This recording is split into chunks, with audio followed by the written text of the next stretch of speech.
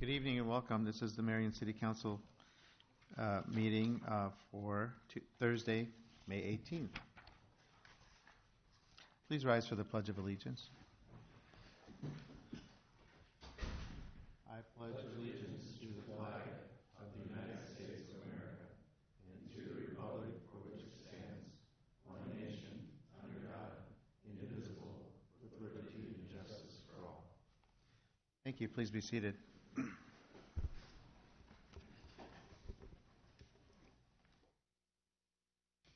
Roll call, please. Mr. Draper? Yes, here. Ms. Etzel? Present. Mr. Spinks? Mayor Abou-Osley? Here. Mr. Brandt? Here. Mr. Nicholson? Here. Ms. Pazur? Thank you. This time we have a moment of silence.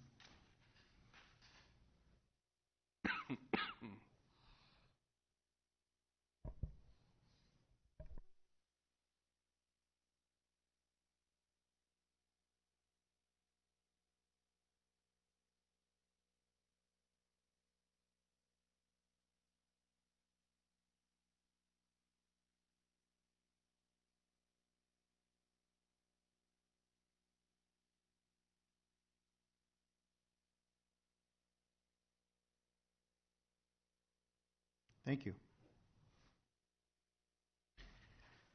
Today we have 4 proclamations, and I will come down to the front for these.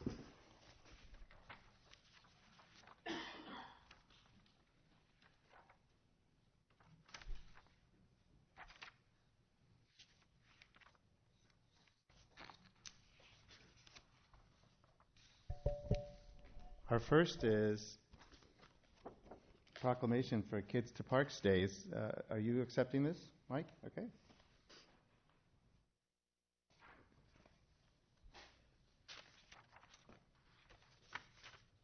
Mike is our Parks Director. Whereas May 20th, 2017 is the 5th Kids to Parks Day organized and launched by the National Park Trust. And whereas Kids to Parks Day empowers kids and encourages families to get outdoors and visit America's parks. And whereas it is important to introduce a new generation to our nation's parks because of the decline in park attendance over the last decades. And whereas we should encourage children to lead a more active lifestyle to combat the issues of childhood obesity, diabetes, hypertension, and hypercholesterolemia. And whereas Kids to Parks Day is open to all children and adults across the country to encourage a large and diverse group of participants. And whereas Kids to Parks Day will broaden children's appreciation for nature and the outdoors. Now, therefore, I, Nicholas Abou-Osley, Mayor of the City of Marion, do hereby proclaim Saturday, May 20th, 2017 as Kids to Parks Day in the City of Marion and urge residents to make time on May 20th, 2017 to take the children in their lives to a neighborhood, state, or national park.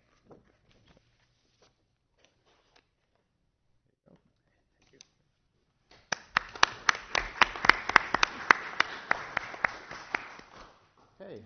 We also have a proclamation for Economic Development Week. We have Mr. Glue from the Marion Economic Development Company, Corporation, METCO. Whereas the Marion Economic Development Corporation is celebrating its 32nd anniversary in 2017, and whereas METCO leads economic development in Marion, and whereas METCO promotes an environment where exceptional companies compete and thrive, making Marion the choice for business. And whereas METCO creates an environment where leadership drives action, turning ideas into innovation while helping Marion companies reach higher in business and in life. And whereas METCO contributes to an environment where a skilled and well-educated talent pipeline equips businesses to achieve more by creating, retaining, and expanding jobs that facilitate growth, enhance wealth, and provide a stable tax base. And whereas METCO stimulates an environment that promotes targeted economic growth opportunities by leveraging the successes and strengths of our community. And whereas METCO works in the City of Marion within the state of Iowa, now therefore be it resolved that I, Nicholas Abou-Osley, Mayor of Marion, do hereby proclaim May 18th through 13th, 2017 as Economic Development Week. in the City of Marion, and I encourage our citizens to commend the Marion Economic Development Corporation and its board, staff, and members on its 32nd anniversary, and recognize May 8th through 13th, 2017 as Economic Development Week, and remind individuals of the importance of this profession in expanding career opportunities and improving quality of life. Be it further resolved that the City Council is authorized and directed to transmit an appropriate copy of this resolution to the Marion Economic Development Corporation. Congratulations on the anniversary, and thank you for everything that you guys do for us.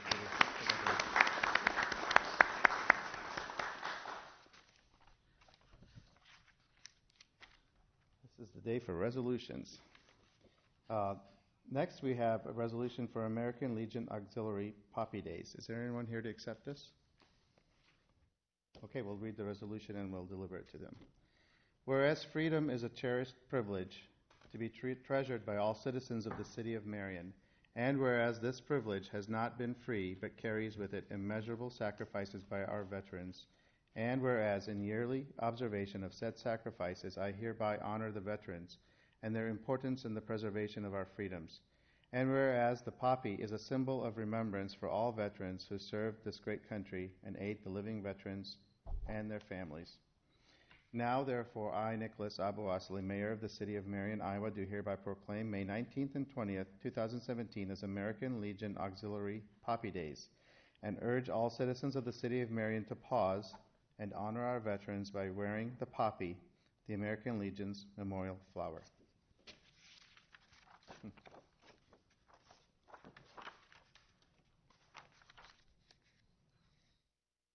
Thanks.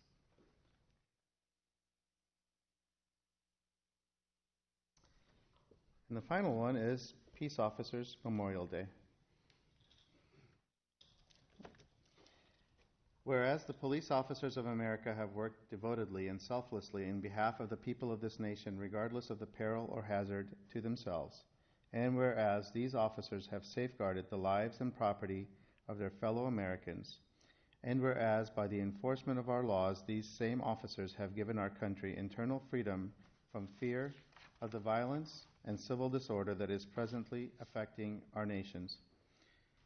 And whereas these men and women, by their patriotic service and their dedicated efforts, have earned the gratitude of our nation, now therefore I, Nicholas Aboasli, Mayor of the City of Marion, Iowa, do hereby proclaim May 15, 2017 as Peace Officer Memorial Day, in honor of the federal, state, and municipal officers who have been killed or injured in the line of duty, and in recognition of the service given by the men and women who night and day stand guard in our midst to protect us through enforcement of our laws.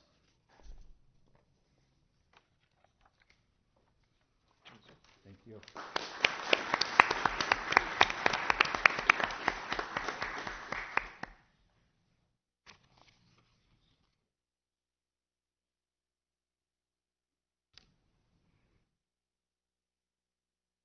Welcome back, Mayor. You've been gone. Okay. At this time, we have a presentation from Tina Patterson, Lynn County Master Gardeners. Welcome. Hi. Hi. Usually I'm here as a representative of the Limar School Board, so this is something a little different.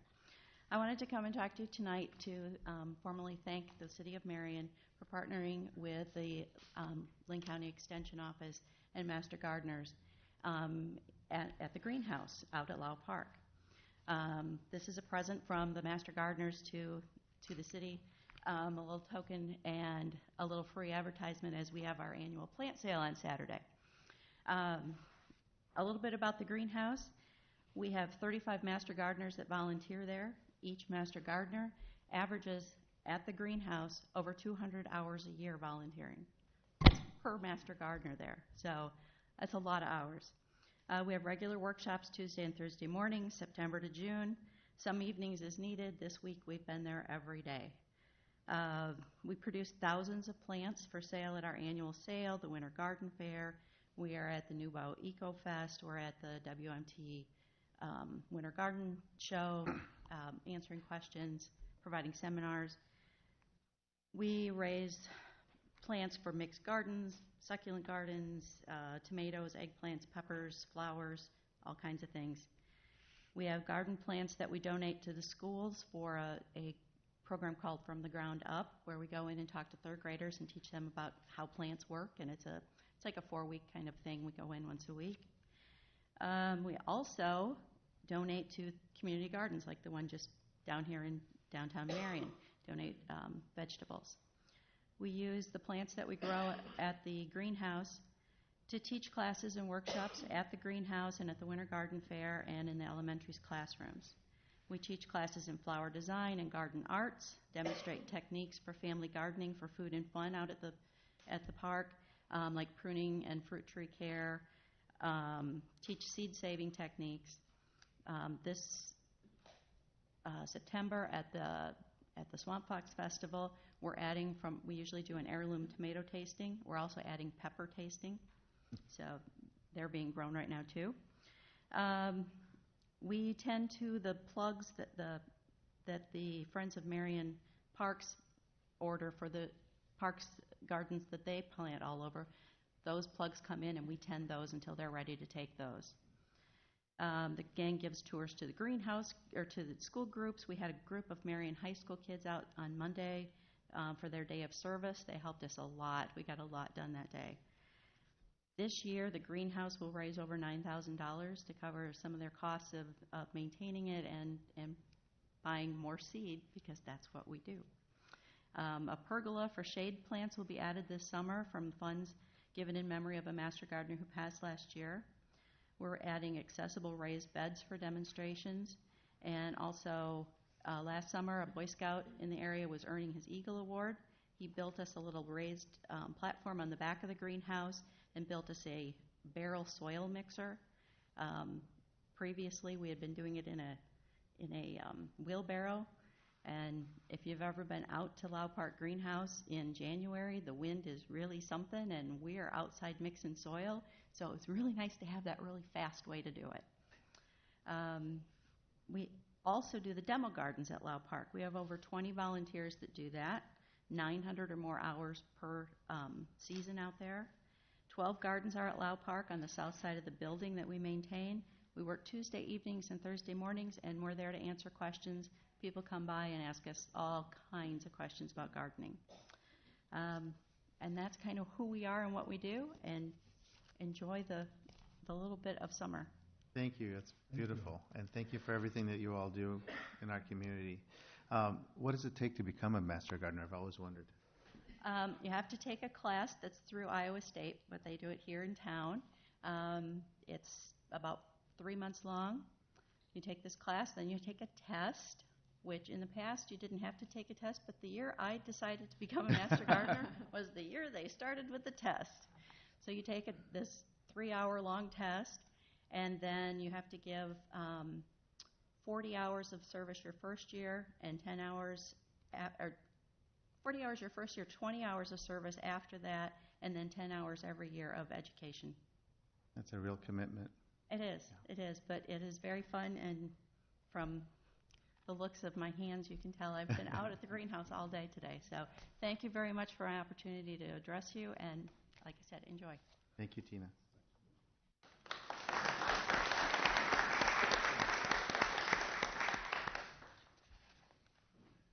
Okay, at this time we move on to citizen presentations, comments. If anyone is here to speak on the fireworks issue, you might hold on until we get to that on the agenda, and then we'll give everyone a chance to speak at that time, if that's okay. If there's anyone here who would like to speak on anything other than that issue, please come forward.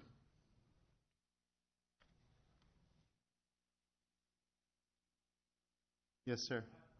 Well, Let me clarify your question. Any other resolutions that we want to talk about? Is that what you're asking? anything else that you'd like to discuss with the council, that if you have to share a comment with the council that's not the fireworks issue, please come forward. I think there might be some in the audience on parking and then the Indian Creek Road as well, Mayor. So Okay, do we want to save those until we get to the item? those are separate items on the agenda. So yeah, Okay, so if it's on an agenda item, let's hold off until we get to that item. Okay. Sorry about the confusion. Is there anyone else to speak on anything that's not on the agenda? Okay, we'll move on then to the consent calendar.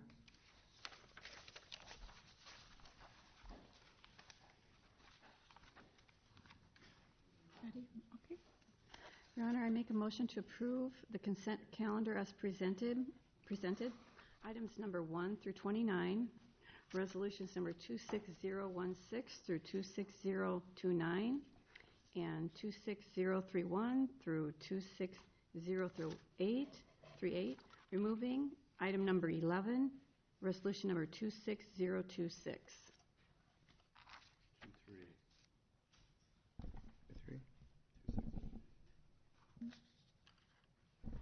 Okay. Second. Okay, it's been moved and seconded to approve the consent calendar. Items 1 through 10 and 12 through 29.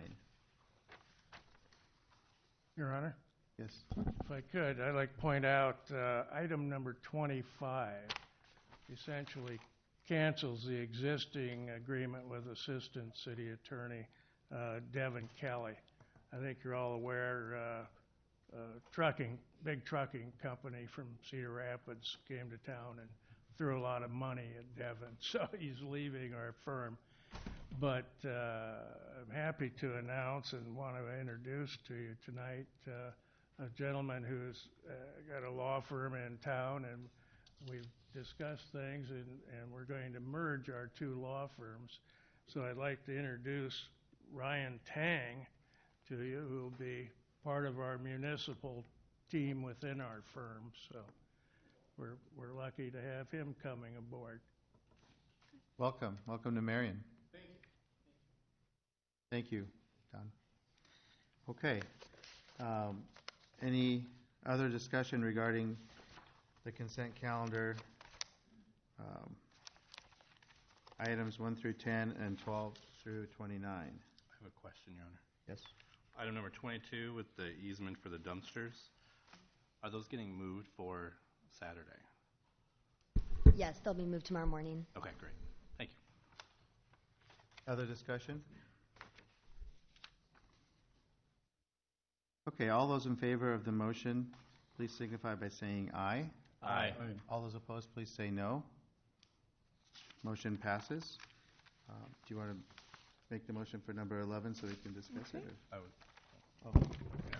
I was going to do Okay. it. Your Honor, I make a motion to approve resolution number 26023, approving temporary construction easement with Fairways at Hunters Ridge Homeowners Association, 4610 to 4740 Fairways Court, regarding the 2017 LaCour Road reconstruction project.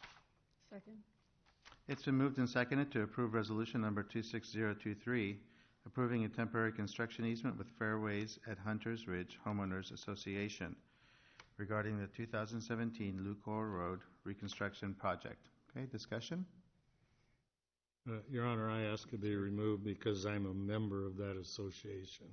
So I wanted to abstain from that, and that's why I ask it. Okay. Other discussion on that motion? Okay, all those in favor of approving resolution number 26023, please signify by saying aye. Aye. All those opposed, please say no. And abstaining? One abstention. Okay. Motion passes. Your Honor, I make a motion to approve the consent calendar with Mayor Abouasley's abstention from voting and discussion regarding the following items as presented. Items 30 through 33, which would be resolutions 26030, 26039, 26040, and 26041. Second. Okay, it's been moved and seconded to approve resolution numbers 26030, 26039, 26040, and 26041. Discussion? All those in favor, please say aye.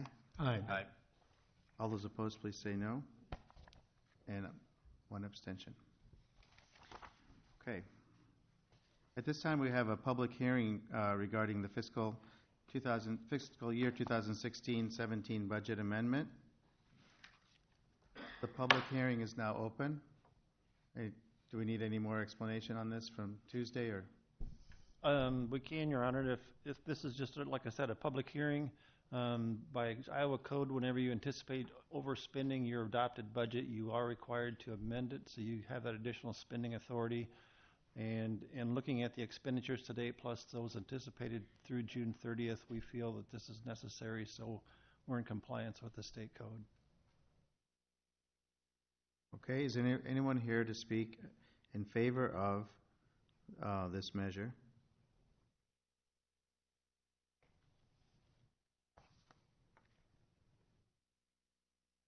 Is there anyone here to speak against the budget amendment?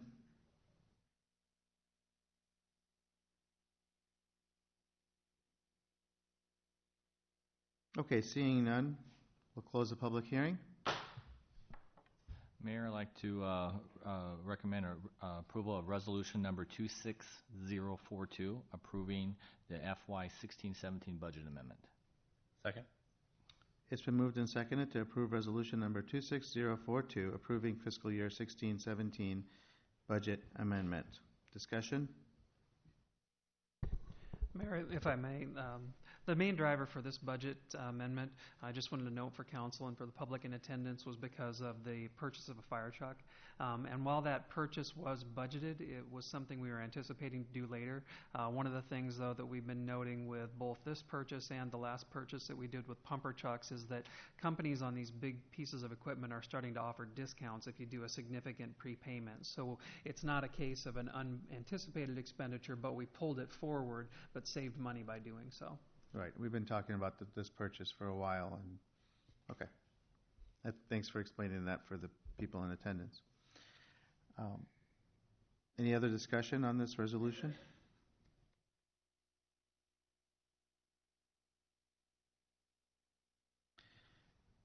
All those in favor of resolution number 26042, please signify by saying aye. Aye. All those opposed, please say no.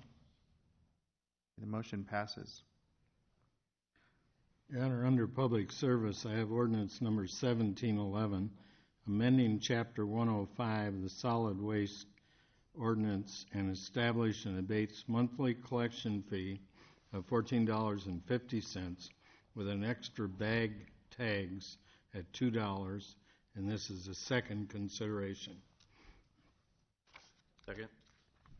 It's been moved and seconded to approve ordinance number 17-11, amending Chapter 105 of the Solid Waste Ordinance, establishing base monthly collection fees at $14.50 and extra bag tags at $2. This is the second consideration. Discussion?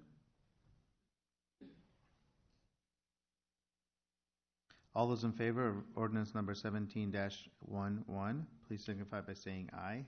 Aye. All those opposed, please say no. No. We have one no. The motion passes.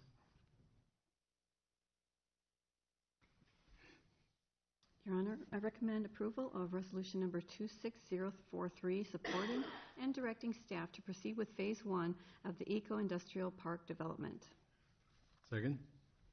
It's been moved and seconded to approve resolution number 26043, supporting and directing staff to proceed with phase 1 of the Eco-Industrial Park development. Discussion? I will just note that on Tuesday, this was explained to us, and was also noted that this is a first step and a necessary step for the city in working towards our goal of being a zero-waste community. So this is one of the necessary steps in the process. So, other discussion? And this step 1 is it's just a step to go into infrastructure development and due diligence. Building the facility. Yep. If you'd like to, Your Honor, I could come up, throw some stuff on the overhead. We can go over it again. It's up to you, though. Dave missed that. Sure. Please do. Yep. Help you out. Thank you. late. Yeah, I forgot that. Thanks. Thank you, Your Honor and Council. This is the overall concept, I should say, of the Eco-Industrial Park. The main driver behind this are the strategic goals that the council has developed. One of them is to be energy independent. The other one is to be zero waste. And included in this concept of the park includes, as you can see here, there's quite a bit of renewable energy. Those are solar panels, and we plan to include more distributive energy in the park. Also included is this site over here. This is our future compost facility that's going to include material recovery, the ability to take our solid waste and recover all the materials within it. The first phase of the park includes this area right here. That's our main facility. As the council is aware, we are in a position where we have our current facilities are structurally inadequate, so we're having to do future facility developments to address those needs. Over here is the retail fueling station. Again, the main driver is sustainability. At that station, we will have the ability to utilize compressed natural gas, very clean burning, very cheap automotive fuel or vehicle fuel. The first phase of this development includes this area right here. And Councilman Brandt, as you pointed out, there's no solar panels on here, not yet. We're going to finalize the site plan, and those will be illustrated on there. So the first step in moving forward in this direction is phase one, which includes the main facility. As we're proposing in the financial plans, the cost savings that we will realize by going to compressed natural gas should offset the infrastructure improvements. So we're not looking at incurring any large cost to the city. The main objective is to provide cost savings to the city, while at the same time promoting our sustainability goals. So, any questions? No, thank you. Okay. Again, a large part of the cost savings comes from savings on fuel costs. That is correct. We did a study, and I apologize for it being so small, but over the next 15 years, just our fleet alone at public service, we're going to utilize close to $7 million worth of fuel. If we switch to alternative fuels, compressed natural gas, we will realize almost an entirety of the cost savings by doing that. So over the next 15 years, we're planning on saving at a minimum at least $7 million. And that should offset our improvement costs for phase one. Okay. The resolutions here don't approve the infrastructure. It just approves the next step towards developing the final plans. And of course, we'll present those to council for future approval. So this authorizes you to proceed with putting plans together. Putting plans together, and then with the following resolutions, that will facilitate due diligence of a financial plan. In order for us to even come back to the council with this, we'll obviously show our plans, and then with that, there's a lot of public hearings. There's a lot more steps that the council has to approve in order to move forward with this project. Okay.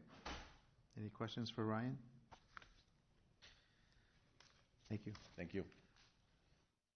Any discussion on this resolution? Okay, all those in favor of resolution number 26043, please signify by saying aye. Aye. Aye. All those opposed, please say no. The motion passes. Your Honor, I make a motion to approve resolution number 26044, approving an engagement letter and addendum with Piper Jaffray for the Eco-Industrial Park. Second? It has been moved and seconded to approve resolution number 26044, approving an engagement letter and addendum with Piper Jaffray for the Eco-Industrial Park. Discussion?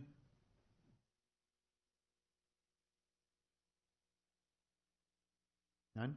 All those in favor of resolution number 26044, please signify by saying aye. Aye. Aye. All those opposed, please say no. Motion passes. Your Honor, I'd like to recommend a motion directing staff to solicit bids for grading and utility installations for the Eco Industrial Park development. Second. It has been moved and seconded to direct staff to solicit bids for grading and utility installations for the Eco-Industrial Park development. Discussion? This is just for phase one, I take it, just the This will actually be for Phase 1 and Phase 2. Okay. If the council remembers, back in November, we passed a resolution approving Mid-American to do utility upgrades for the natural gas systems. By moving forward with an early grading package, we're able to facilitate those improvements. They need a final grade to go ahead and establish the improvements there. And so this will also allow us to prep the site and get it ready for future development. Okay. Further discussion? Other questions? All those in favor of the motion to direct staff to solicit bids for grading and utility installations for the Eco-Industrial Park development, please signify by saying aye. Aye. Aye. All those opposed, please say no. The motion passes. So at this time, we move on to the fireworks discussion. We have three proposed resolutions. So how would you like us to handle this, Juan? Yeah, we'll have the chief do a presentation about the impact of the three resolutions, but then the council would vote down the ones that you're not in agreement with, and if you have one that you're leaning towards, you'd vote for that one. Okay. And we'll have the chief do the presentation, and then we'll take comments, and then, does that work? Yep. You want Okay, me to Chief? do it from Yes, here? please. We put on three resolutions as advised by legal. This gives you the opportunity to do any of the three choices that you really have. One is to ban the use of fireworks. As you remember, the state passed legislation that states all cities have to allow the sale of fireworks, but the cities can ban the use of fireworks. So we do have to allow the sales. We've got a permit process in place for that and licensing.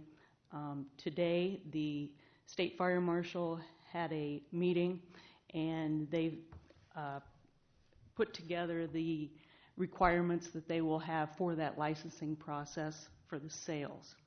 This that you're doing tonight has to do with the use of the fireworks.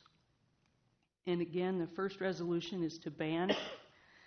The second resolution listed is to allow the fireworks within the state time, within the time limit that the state has set in their legislation, which is June 1st through July 8th and December 10th through January 3rd.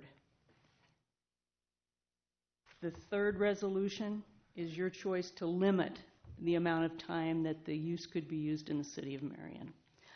Chief McHale and I discussed this, and since law enforcement plays a big role in the enforcement of this resolution and of the law of firing off the fireworks, law enforcement felt 2 weeks was enough time to allow citizens to enjoy the 4th.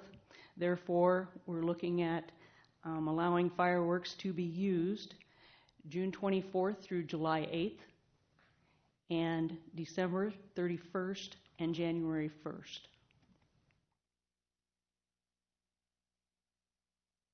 Okay. With that being said, I know you're going to take comments from the audience. I was asked to present for a citizen today. They came to my office, so I'd like to do that now, if I may. Go ahead. She wished to remain anonymous. She lives on the south side of Marion, and she stated that last year there were neighbors firing off fireworks. She could hear them hitting her home, and she is adamantly against allowing the use of fireworks, and she wanted me to share that with you. She is also concerned about the city's liability in passing this resolution. Okay. Thank you. Chief, could you address if the council would do nothing, what it actually means to not act on anything? We would have to probably follow the state legislation. Be allowing, is like Yes. resolution number 26046. Correct. And I have a question for you, too, if that's okay. Yes. So with the limited use, is there a time during the day or evening? Yes, state legislation already has a time limit on that. You can change those times if you'd like. Right now, it is noon to 10 p.m. on most of the days. On New Year's Eve, that does go till 12:30 a.m., but that's pretty much the time limits. I think July 4th goes to 11 p.m. Those are the only real differences. And maybe legal or city manager can answer this. What is the city's liability if we have permitted use? I would say we don't have any. Okay. We're like anybody else. We're only liable for torts. And passing legislation is not a tort, particularly when state law allows it. So I'd have no concern that we would be found liable. Okay.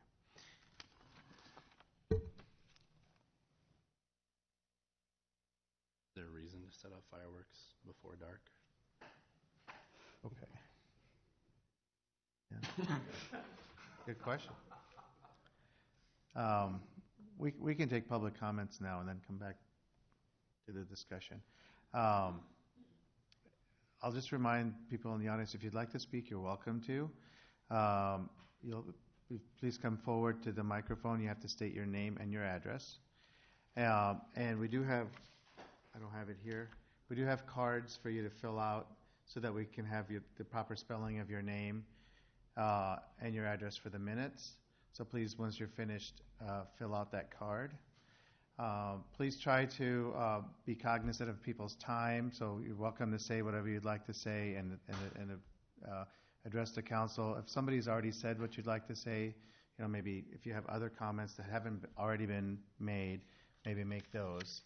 Okay? So is there anyone who would like to address the council on this issue? Sir, come forward. Welcome.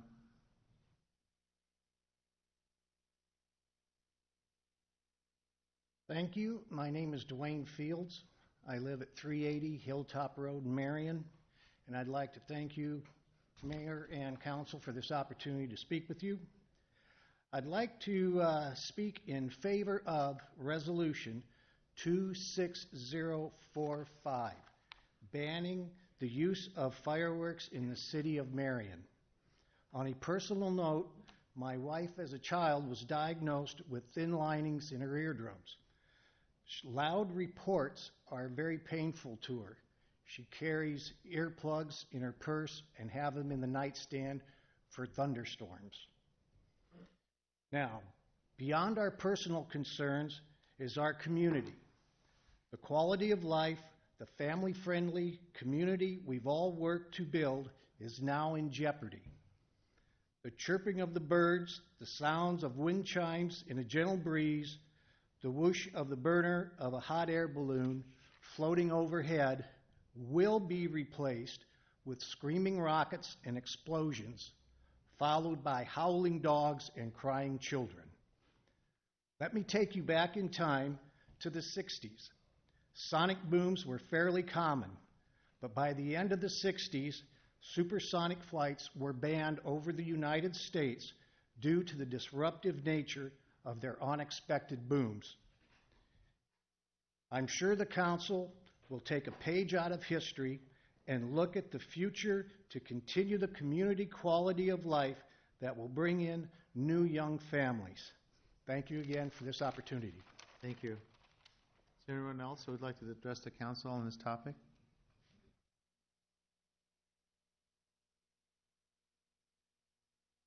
My goodness.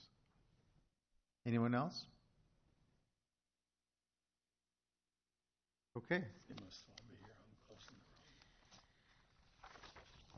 So, Mayor, there was a written comment. I did have a lady that lives on Catherine Drive, stopped in my office today, was not going to be able to make the meeting, so I just typed out her comments for council. yes. What did I do with mine? Yes, we did see it. And I think we've all received emails and phone calls, and some of the comments I received was, limit it as much as possible or ban it. Any I think discussion on this so that we can... one of the problems we've had is if they've been illegal, we've certainly had enough of them in my neighborhood anyway, and I think it's impossible for the PD to adequately run out there because the people, I'm sure, aren't there when you get there. So, the state has passed it. In my opinion, I appreciate the problems it might create.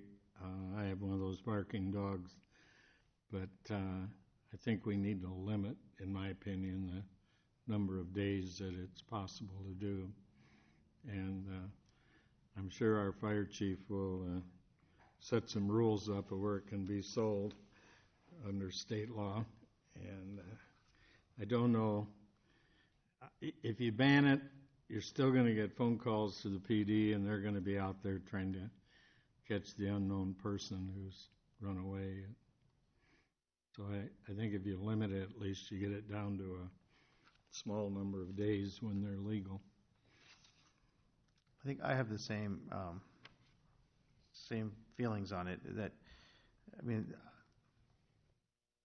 none of us wanted to be in this position, and the state legislature has put us in this position by making it legal to sell fireworks, and so people are going to be able to buy them, whether we like it or not. They're going to be buying them in Marion and in this entire area, in the entire state. They're going to have them. I think it's unrealistic to expect that they're not going to use them.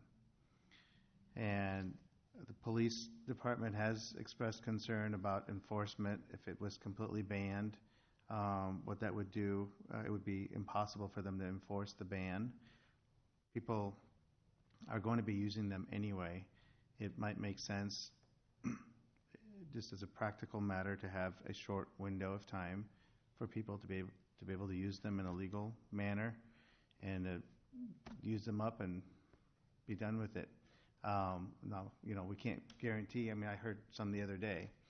We can't guarantee that people aren't going to use them outside of that window, but maybe that would encourage people to use them within that window of time so that we're not hearing them all year long. I guess that's my thinking on it at this time.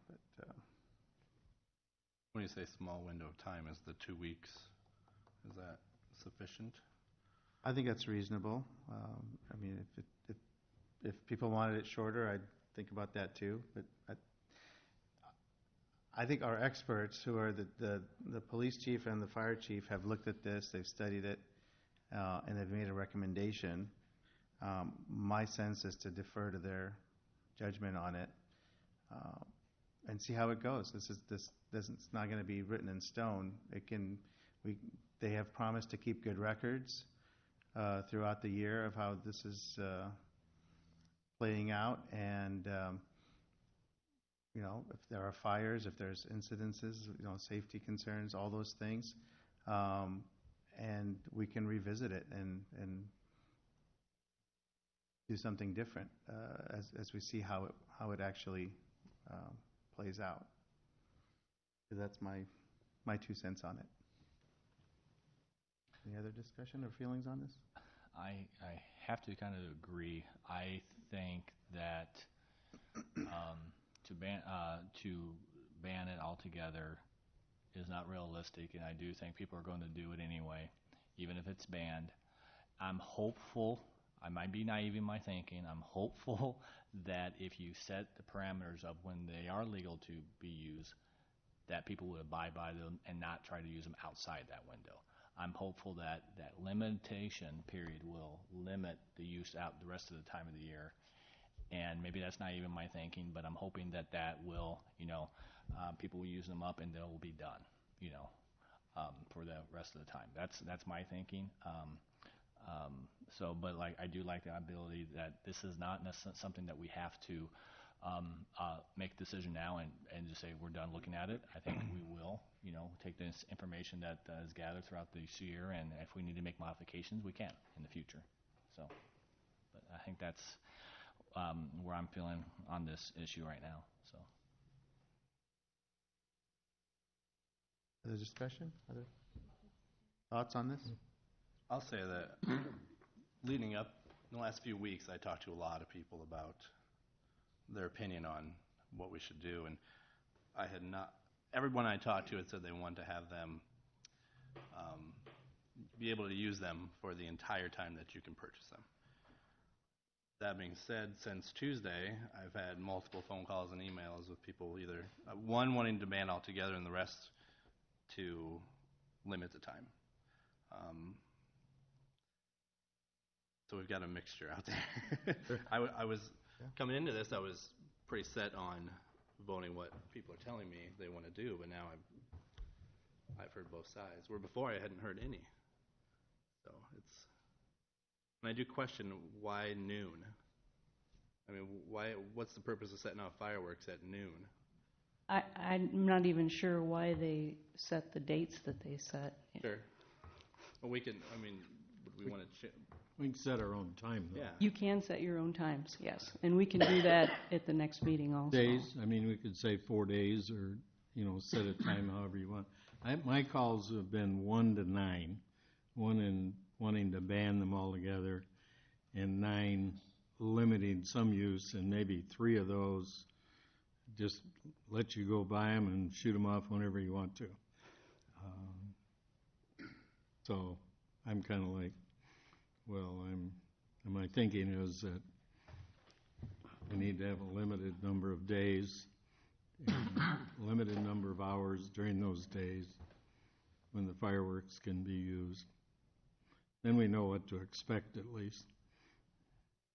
Your Honor, I would like to emphasize that what you decide this evening is not, etched in stone. As I said, I will be developing a database, and all complaints, every call we get will be put into that database. Every fire call, every medical call, if someone's injured, we'll put in the database so that you, the council, can take a look at that and decide for next year what you feel is best. Did I read correctly? Is it 43 other states that have legal Yes, it is. fireworks? 43. And do you know what the experience has been in other states? It's actually, the argument has been for those that want fireworks that there's less injury with fireworks than vehicles. So that's one of what the lobbyists stated to the legislature when the fire chiefs were trying to get them to not pass the bill. Do they Their have lobbyists more issues than states that don't allow them? Do they have more? Yes, they do. Well, just because there's more use. Correct. Yeah. Those who abide by the law that don't use them, you have a less population then. So, of course, they're going to have more. Yeah.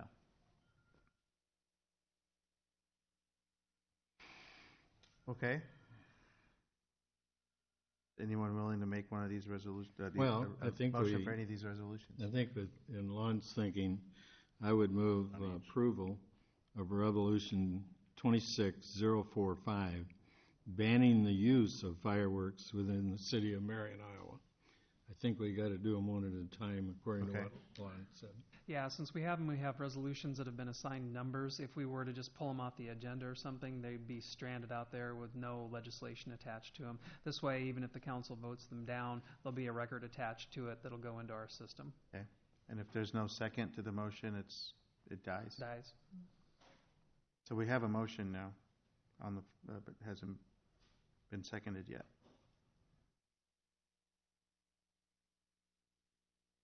Any second?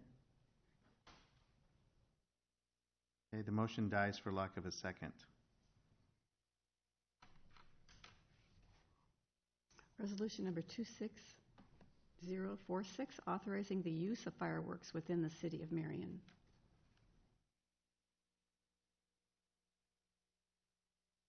Is there a second? Okay, this motion dies for lack of a second. Your Honor, I make a motion to approve resolution number 26047, limiting the consumer fireworks limiting the use of consumer fireworks within the city of Marion. Second. It's been moved and seconded to approve resolution number 26047, limiting the use of consumer fireworks within the city of Marion. Discussion? Are we, at this time, going to do the limitation based on the recommendation that June 24th through the 7th? I mean, to July 8th, or is this just saying we want to go to limitation, and those parameters would be set later? Or are we setting those parameters right now? You're actually setting those parameters right now. That's the resolution. All right. Yep. Okay. So, So June 24th through July 8th and December 31st and January 1st. Is it all day on January 1st? I guess the same hours, the normal 12 to 10. Yes. So so if I walk in to buy fireworks, am I going to get something that tells me when I can actually use them in the city? Oh, yes. We have a handout that's going to be required to be handed out. With every purchase? With every purchase, yes. It's part of the permit process. Okay. Is that paid for by the seller? The seller has to print them and... For their permit, they will, Okay. yes, they will be given the cost. Okay. Other discussion? I have another question. Yes. So if we approve this tonight, we could at the next council meeting adjust the times if we wanted to adjust the times. That is correct. Because we'll have basically up till the 20, well, If you would like us to do that, we can do that. 4th really. Okay. Okay. Other discussion? That's a good question. And I do want to clarify, too, that the use of fireworks is only on your own property, correct? That is correct.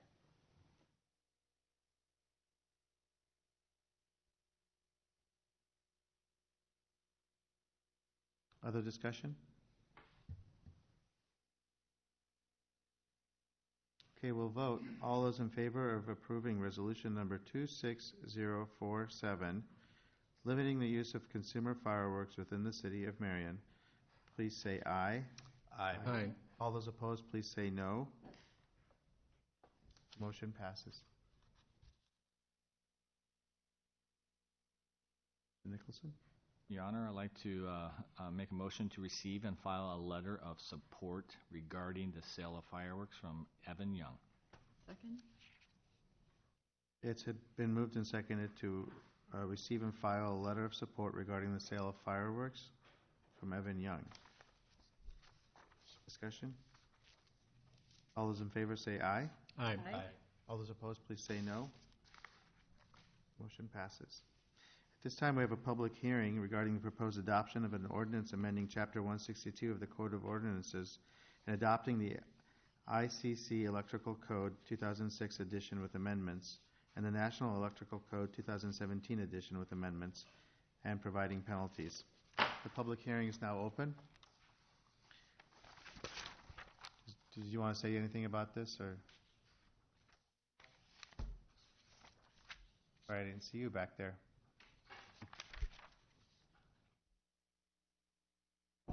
Thank you, Your Honor. Real briefly, the City of Marion adopts by reference the National Electrical Code, and that code is amended every 3 years. There's a new edition comes out. Our Marion Construction Board, with some assistance from other jurisdictions, has reviewed the new edition and has made recommendation for the adoption of an ordinance amending our code to reference that. I want to explain, there's also a reference to the 2006 edition of the ICC Electrical Code. That book is for the administrative purposes only. That establishes the board, it establishes some rules and permitting, but so those administrative regulations don't change from year to year, and so we're still utilizing that 2006 edition. Okay, thank you. Any questions? You read that whole book? I've gone through the book, yes. Okay, is there anyone here to speak in favor of the ordinance amending Chapter 162 of the Code of Ordinances?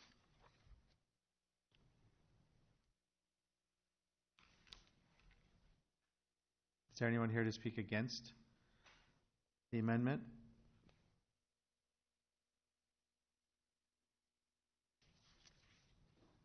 Okay, the public hearing is now closed. Your Honor, I recommend approving ordinance number 1714, amending the code of Chapter 162 of the Code of Ordinances and adopting the ICC Electrical Code 2006 edition with amendments and the National Electric Code of 2017 edition with amendments and providing penalties, initial consideration. Second. Okay, it's been moved and seconded to approve ordinance number 17-14, amending Chapter 162 of the Code of Ordinances and adopting the ICC Electrical Code 2006 edition with amendments and the National Electrical Code 2017 edition with amendments and providing penalties. Discussion? I have one, Your Honor. We've obviously approved the 2006 electrical code, so we're just adding the amendments to that. Is that a fact? Because we approved that some time ago. Correct. We're not changing the approval of that particular code. With the amendments. Okay, thank you. Other discussion? All those in favor of ordinance number 17-14, please say aye. Aye. Aye. All those opposed, please say no. Motion passes.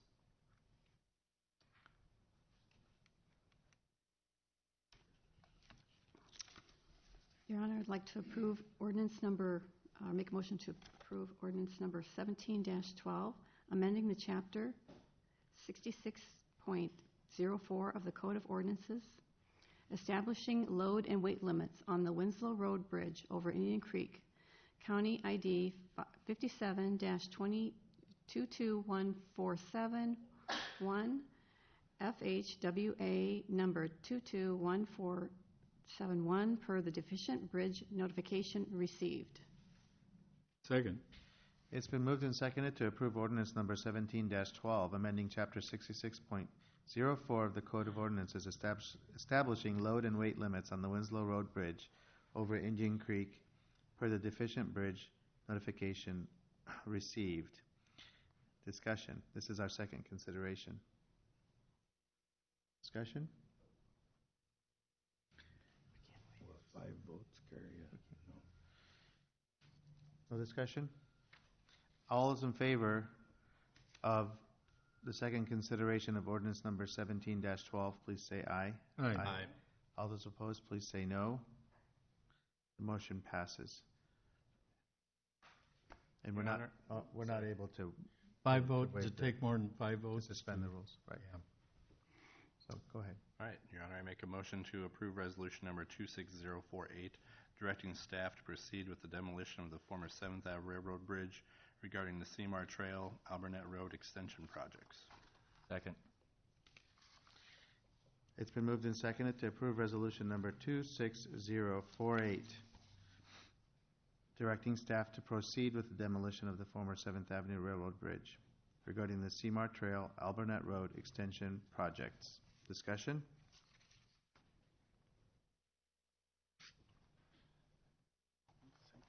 People here Yeah.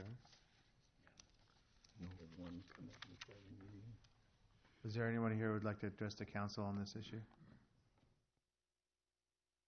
Sir? Yes, come forward. That's the one.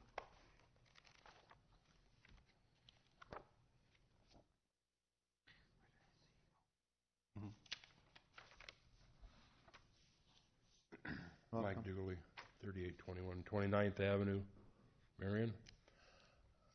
In case some of the council is not aware, there's a meeting in City Hall here. I believe it's the 23rd for citizen input into Albernet Road and the bridge. And I think it would be good for the council to know that before they vote on this matter. Because if they railroad this right through right away, there's going to be that section of people that are going to wonder, why do we even give our opinion? I think they're putting the cart in front of the horse, and I think you should either table this or vote no. Thank you. So what's the purpose of the 23rd meeting? Oh, thank you. Thank you. I'm asking that. The meeting on the 23rd is an open house to bring the neighborhood up to date on the process of the design of Albernet Road based on the approved alignment by City Council. This motion that you're approving tonight is only moving us ahead with the process to develop the project. You will again be asked to approve a contract for demolition. We'll approve a project calendar prior to that. There's several other actions that take place after this. This takes us into a process that could take 3 or 4 months. So we would be approving a contract for the demolition before it's demolished. Yes. And We would also be approving a project calendar. The meeting on the 23rd is really about bringing those people up to date with the aspects of the alignment. It really doesn't have anything to do with the bridge demolition or that portion of the project. Okay, but is there public input being taken at that meeting that could revise the project in some way, or? I don't think so. It's more about the aesthetics, the impacts to the adjacent properties, that kind of thing. We're not really going out and saying, does the public wishes to change this alignment? The alignment's been approved by council for a long time. Right. So this, and just for the people in the audience, this is a new alignment of Albernet Road that would allow Albernet Road to connect up with 7th Avenue, so that traffic doesn't all collect up at 10th Street and back up traffic as it does very often. And as there's more homes in the north, the city continues to grow, that traffic is not going to get better, it's going to get worse. And so the city, looking forward 10 and 20 years from now, is trying to plan routes of access to the main thoroughfares to avoid traffic and congestion and the traffic that currently goes through the little neighborhood trying to get to 7th Avenue from Albernet Road. All those things. And that alignment has been set, you said, for some time, and it was approved by council. Yes. A number of years ago. Yeah, it's part of our major network. It's part of our comprehensive plan. We have an adopted alignment. It's all in following the study of what the impact of 10th Street and Central and the traffic as that grows over the next 20 years and how that impact would be the widening of Central and the widening of 10th Street that would require us to obtain properties there and make major impacts to those neighborhoods, where this allows us to create this new alignment that draws us away from the downtown area. And there were concerns raised at prior meetings about asbestos being contained in the concrete. And I see that this resolution does say that asbestos sampling and testing will occur prior to the demolition of the bridge. Yes. And we've also added to that resolution the investigation of using part of the bridge for historic value. Yes, sir.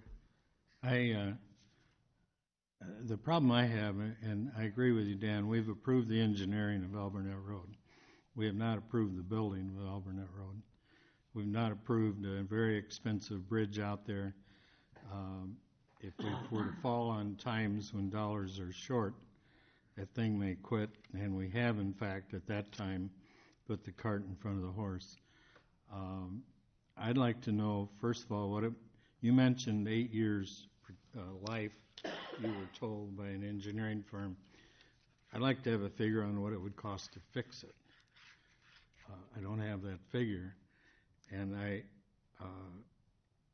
this meeting on the 23rd, shouldn't even have if we've made all the decisions. And with that in mind, I want to move we table this motion till next month.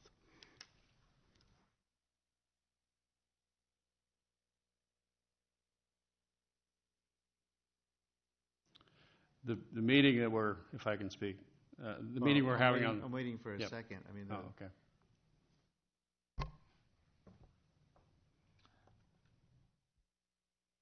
I'll second it.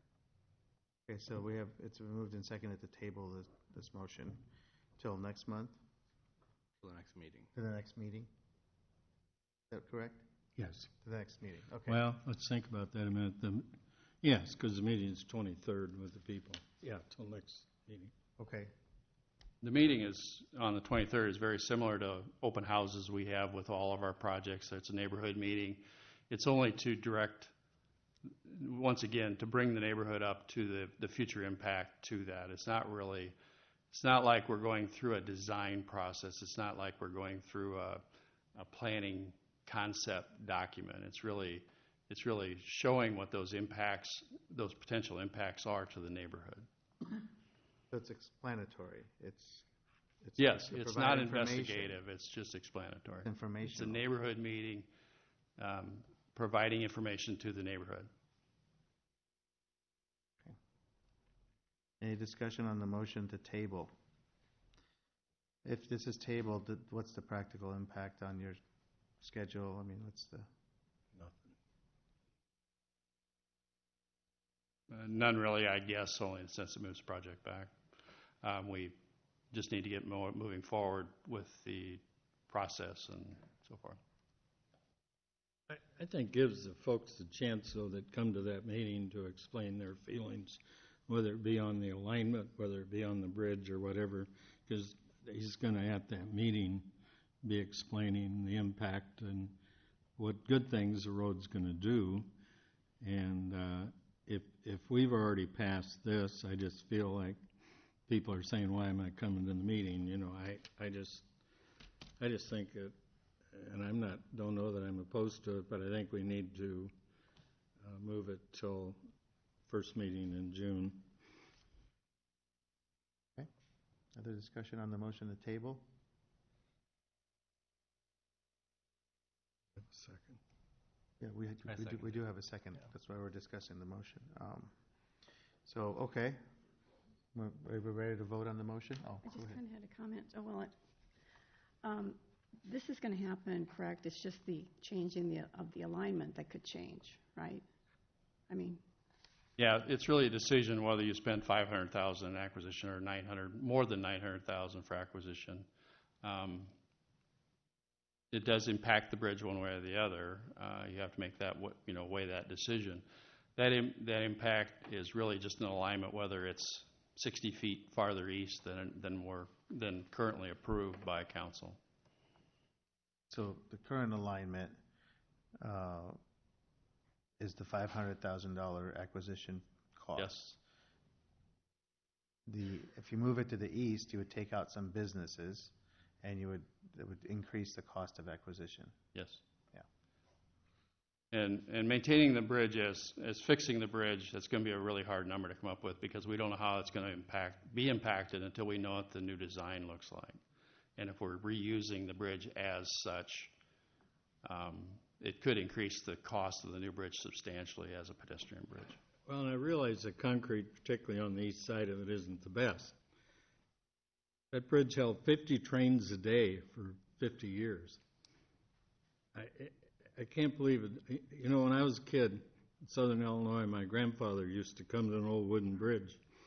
And he'd get out of the car and he'd walk out on it and he'd jump up and down and he'd come back and say it's all right and we'd go ahead across the bridge. I can't believe that bridge is going to be damaged and the trail system can easily go across it. That's my, and I would ask again, and you know that that's not my ball, but you consider a try-about at the end of Second and see if you can leave that bridge there. We own the land across the road. We could expand into that of Second. No, we actually do not. On the south side is owned Yeah. by a private entity. South side, Yeah. yeah, vacant land, hill. Yeah. Yeah, but the property between 7th and the trail is owned by a private entity. And I think Dan explained on Tuesday why a three-legged roundabout is not. Yeah, we've done that study already, and we feel like that roundabout connected to the 8th Avenue roundabout or signal breaks down traffic as you get that traffic moving forward north from roundabout, from intersection to intersection. We've done that study already. And I think it also is good for the public to know that's here that the cost of the demolition is a part of the grant that we have. That was a part of that grant. Yeah, that's correct. And was that grant, the demolition known and acted upon, because that was before my time, where the demolition was going to be part of that grant? Was that known when we applied for the grant that The demolition, yes, yeah. going to be a part of that? For both bridges, there's two bridges as part of that? Yeah, the demolition is included for both bridges. Now, we haven't addressed the second bridge and whether we would reuse part of that bridge. That's not really part of this discussion. Okay. But I just think that using the existing bridge that's there now really limits us to what we can do there in the future, both for the traffic and for the trail, and for the entrance enhancement that we can do in that location. So and though, with a $18 million bridge across Indian Creek would stop the Auburnett Road altogether. We don't have the money to spend on that. You know, The bridge across Indian Creek? Yeah, and then we've torn this down. And There's an estimate there, and I think it's around $1 million, but. for a bridge across Indian Creek? Yeah. I think that's you're talking Alburnett. No, Alburnett. you're talking about Alburnett. Alburnett. No, we've got an estimate, it's around $2 million. $2 million Yeah. for 8 lanes? No, it's 5. It's only 4 across the creek. But yeah, Oh, I it would be very similar to the Well, one you're we did getting on- pretty wide now. Yeah. No, we would not put a turn lane on the bridge, so it would only be 4 lanes. We have an estimate already on that, and I'm pretty sure it's less than 2, but I'm going to use 2 for now. 2 million. Because the one on Tower Terrace was like 14 million. That's about 4 times as long, and it is more decorative, I guess I would say. So it's 4 million, 4 times. Yeah. We have an estimate for the bridge over Indian Creek for this project. It's about $2 million. The entire project from 7th to the existing neighborhood south of Boyson, I think, is around $3.5 million. So.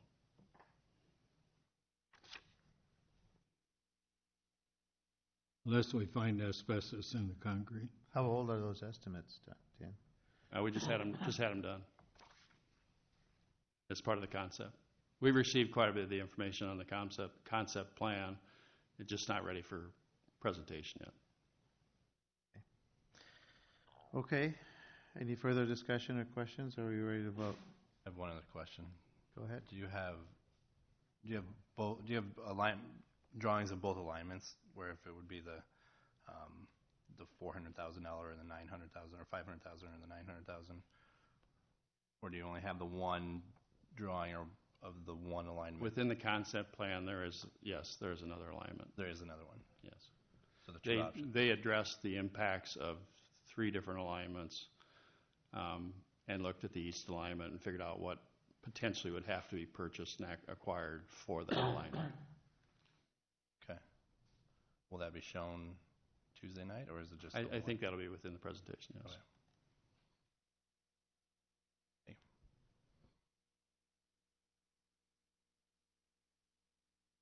Okay. Other discussion? So the motion is whether or not we should table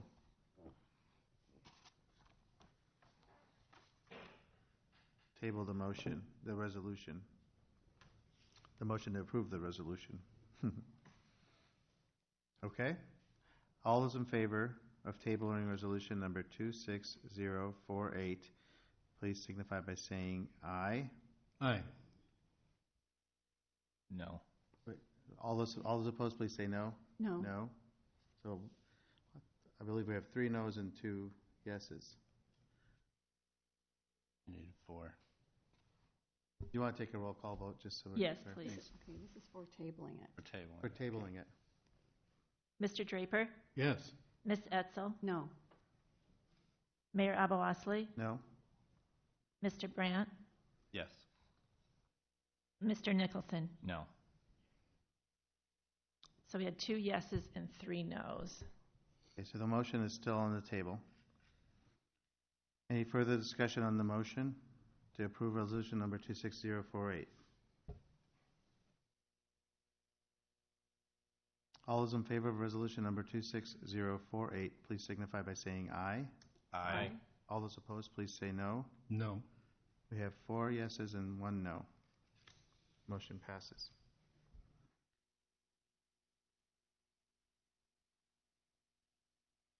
Oh, I'm up. Yes, sir. Sorry.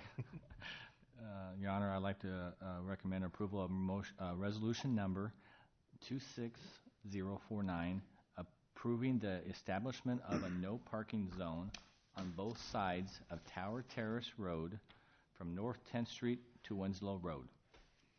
Second? It's been moved and seconded to approve resolution number 26049, approving the establishment of a no parking zone on both sides of Tower Terrace Road from North 10th Street to Winslow Road. Discussion? Is there anyone here that wanted to speak on this issue? Wondered if there were people here. Yeah, there are 3 of them, and 2 of them involve Winslow Road.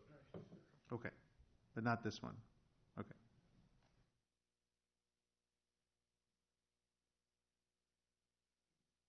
So this, How wide is that road then? Pardon? Isn't that a big wide road? Yeah, it's 4 lanes. Each slab is about 17 feet wide. It has a bike trail and 1 lane currently. That's for different section. so what's the purpose of this recommendation? Tower Terrace Road is classified as a major arterial.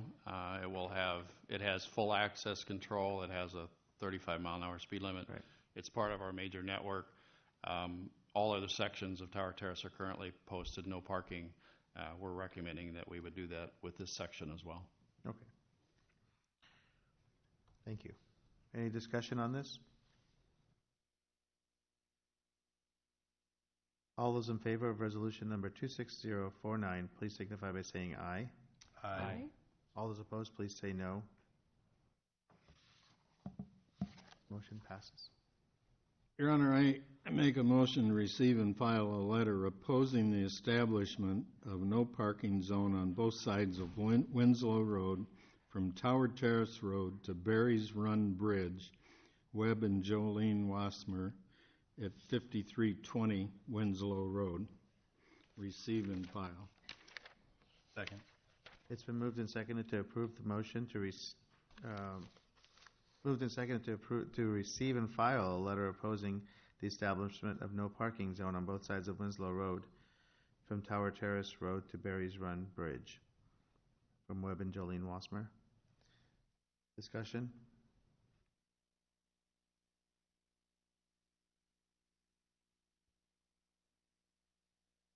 All those in favor of resolution of receiving and filing the letter in opposition to the no parking zone, please signify by saying aye. Aye. All those opposed, please say no. Motion passes. Yes, Your Honor, this is resolution number 26050, approving the establishment of a no parking zone on both sides of Winslow Road from Tower Terrace Road to Berry Runs Bridge. Second.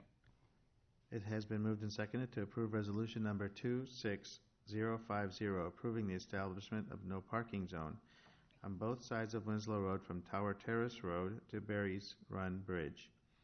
Discussion? Can you kind of show that area on the map?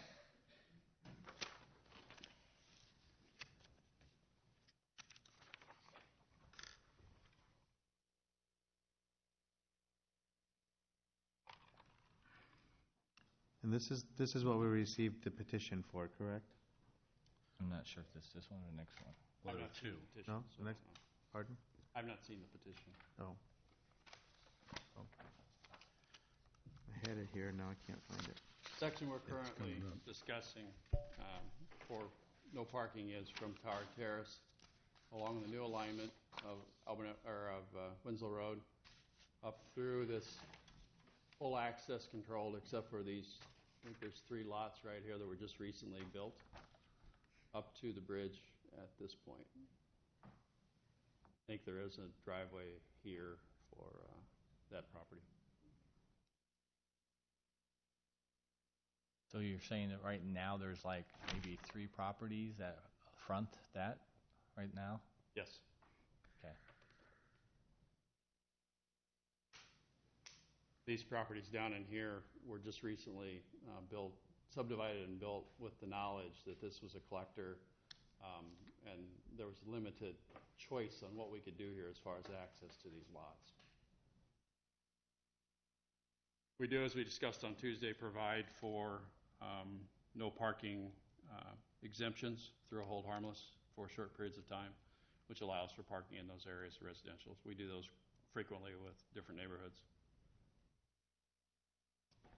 For like the weekends coming up now? Like graduation? I think we've done one for this weekend, yes. Okay. Any further discussion? Is there anyone here to talk about that section?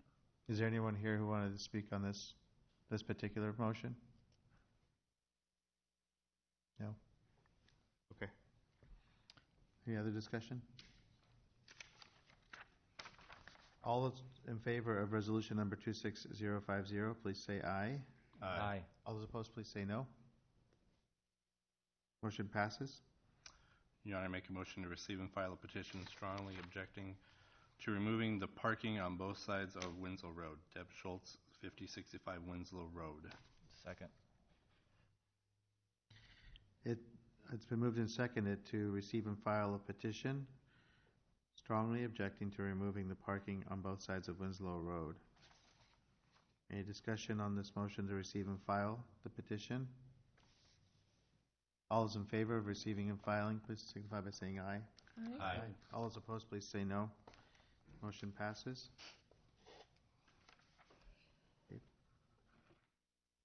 Your Honor, I'd like to recommend approval of resolution number 26051, approving the establishment of a no parking zone on both sides of Winslow Road from Barry's Run Bridge to the northern city limits. Second? It has been moved and seconded to approve resolution number 26051, approving the establishment of a no parking zone on both sides of Winslow Road from Barry's Run Bridge to the northern city limits. Discussion. Now, is there anyone here to speak on that? Your Honor, if I could first. Sure. 1 second, please.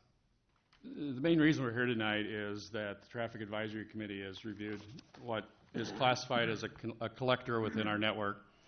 However, it's been a collector for a long time, but with the connection of Winslow Road to Tower Terrace and what we feel will be an increased traffic hazard within the neighborhood, we also, with the reconstruction of Winslow Road, all the urbanization of that cross-section and how that encourages on-street parking compared to what's there now, we are recommending approval of this. However, as we talked on Tuesday, there are options that council could consider.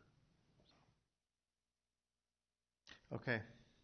We can take public comment at this time if anybody would like to address the council on this. Please come forward, state your name and address, fill out the card. I've already turned my card. You have? Okay, good. Thank you for seeing me. My name is Rick Powell, and I live at 5865 Winslow Road. So I received the letter, I believe, last week with the notice. I didn't bring the letter with me, but I don't believe that the letter indicated whether this was a 24-hour parking restriction or whether it's limited parking restriction. I will tell you that in my area, all of the houses that this is affecting, with the exception of maybe the last one I think that you were talking about, are all on the eastern side of the street. And I would encourage the council to, if you determine it's necessary to have a parking ban in place now, to limit it to the western side of the street, so you're not affecting the homes where, you know, this is very much a residential area. Currently, we don't have a lot of high traffic going through the area. I know that the connector with Tower Terrace Road has been opened up recently. There's not a significant amount of traffic going through because of that. I know that we will have an increase in that, and I would encourage you to reevaluate the need for the parking when the actual traffic starts to happen, and not cut this down now. My personal situation is I'm a house with one of the fewer houses that has a two-car garage and limited driveway space. And, I do have family members that do drive besides my wife and myself, and they do park on the street occasionally. And if we have company and my kids are home as well, somebody needs to park on the street as opposed to parking a block and a half away. So those are my comments. Any questions for me? Any questions? Thank you. You live Yes, in the sir. block, there's about 8 houses there. What's that? You live in the block where there's about 8 houses? Because a lot of that, there aren't any houses beyond you or on this side of you on the street, is that right? Your driveways are right on the street there? Yeah, my drive is actually right on the street, yes. Yeah. The mailboxes are on the other side of the street, so it makes a good sense to have no parking there. Okay. Thank you. Questions? I'm sorry. Yeah. Thank you very much. Anyone else who would like to speak on this? Please come forward.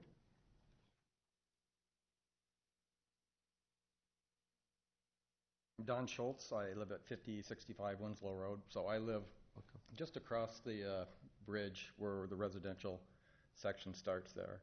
And I've lived there approximately 7 years. Personally, I've not been affected by any of the parking on the street, nor have I observed really any incidents with people parking on the street. It happens very infrequently from my perception of when I'm at home. So I really do not see it as a problem. Personally, the only problem I see is the speed limits.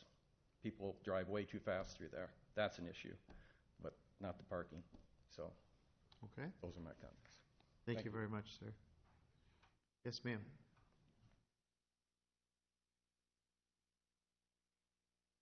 My name is Echo Batson. I live at 5365 Winslow Road. I moved to my home in 2001, and I moved there because I thought it was a quiet, peaceful golf course community. In the 16 years that I've lived there, the traffic has increased exponentially. The speed has increased substantially. I have great concerns about safety. I can hardly go across the street without getting killed to get my mail. The road noise has increased substantially. So this has essentially served to interfere with the enjoyment of my property. I am very concerned that this resolution 26051 will further interfere with the enjoyment of my property for 2 reasons. First, I think it's going to create an even larger racetrack than already exists today by eliminating the parking. At least today there are some obstacles that people have to slow down for. And second, it will limit my ability to have guests over, to have family members over, to have a family gathering, a graduation, a family reunion.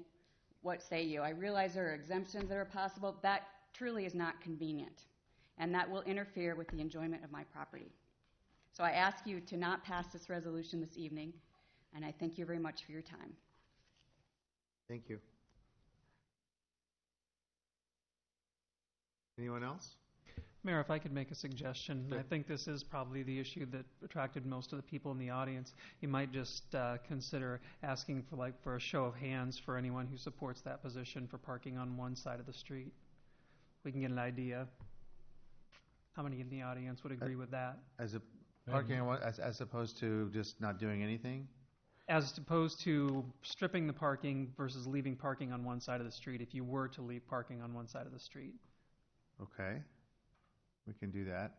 Those who are here for this issue, if you're in favor of doing nothing, I guess raise your hand.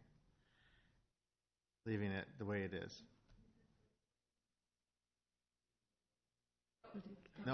No ban at all. Because currently that's what it is, correct? Okay.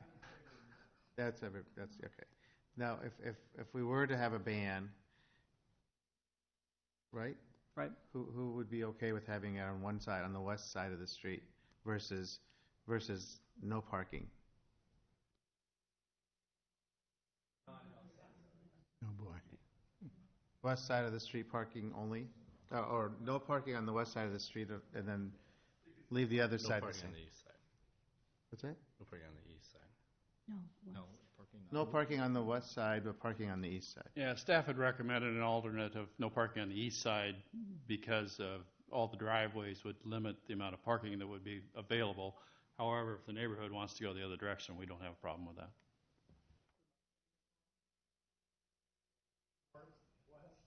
The houses are on the east side. Those are on the east. Yeah, we just, yeah. And we always look and try to put the no parking where the driveways are at because of the conflicts of when you pull out of your driveway and you've got cars parked on both sides, you have a visibility issue. If you have half your area is driveway, you have half the amount of parking available than you have if you park across the street. In your case, you have the mailboxes on the other side, which is a conflict that side as well. So we were kind of conflicted on which side would be better. Can I add another comment? You'd have to come forward, sir. Yeah, please. Thank you.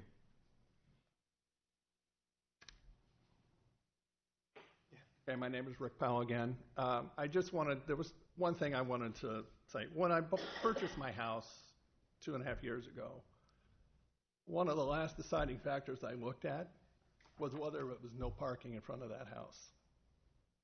I believe it will impact my ability to resell if you make that decision.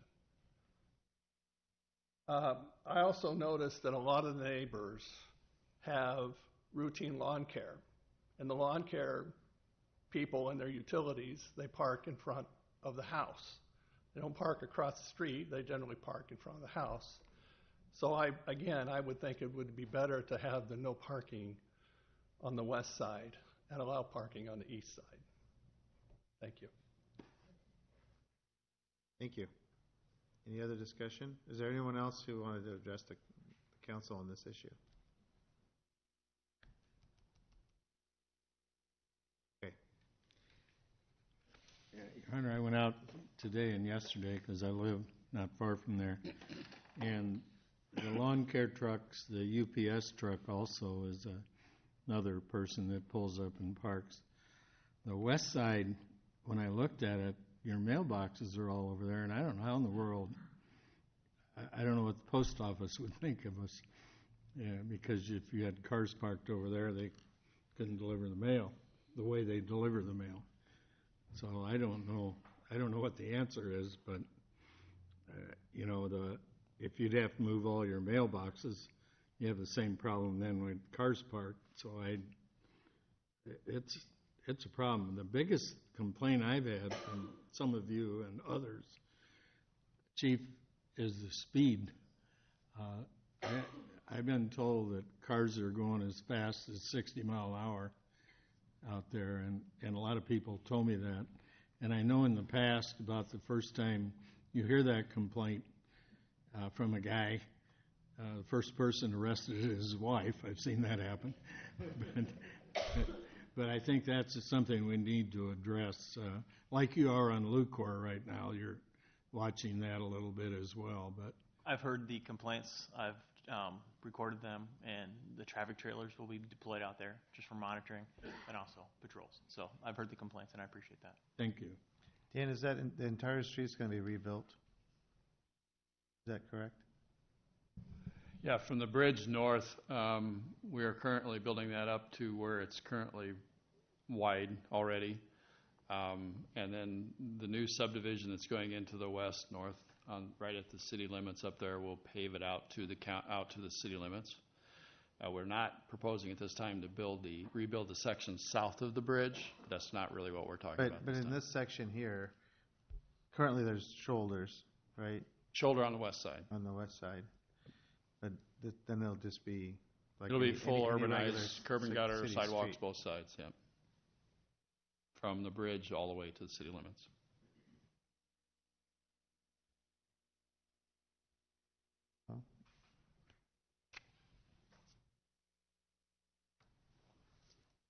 And if we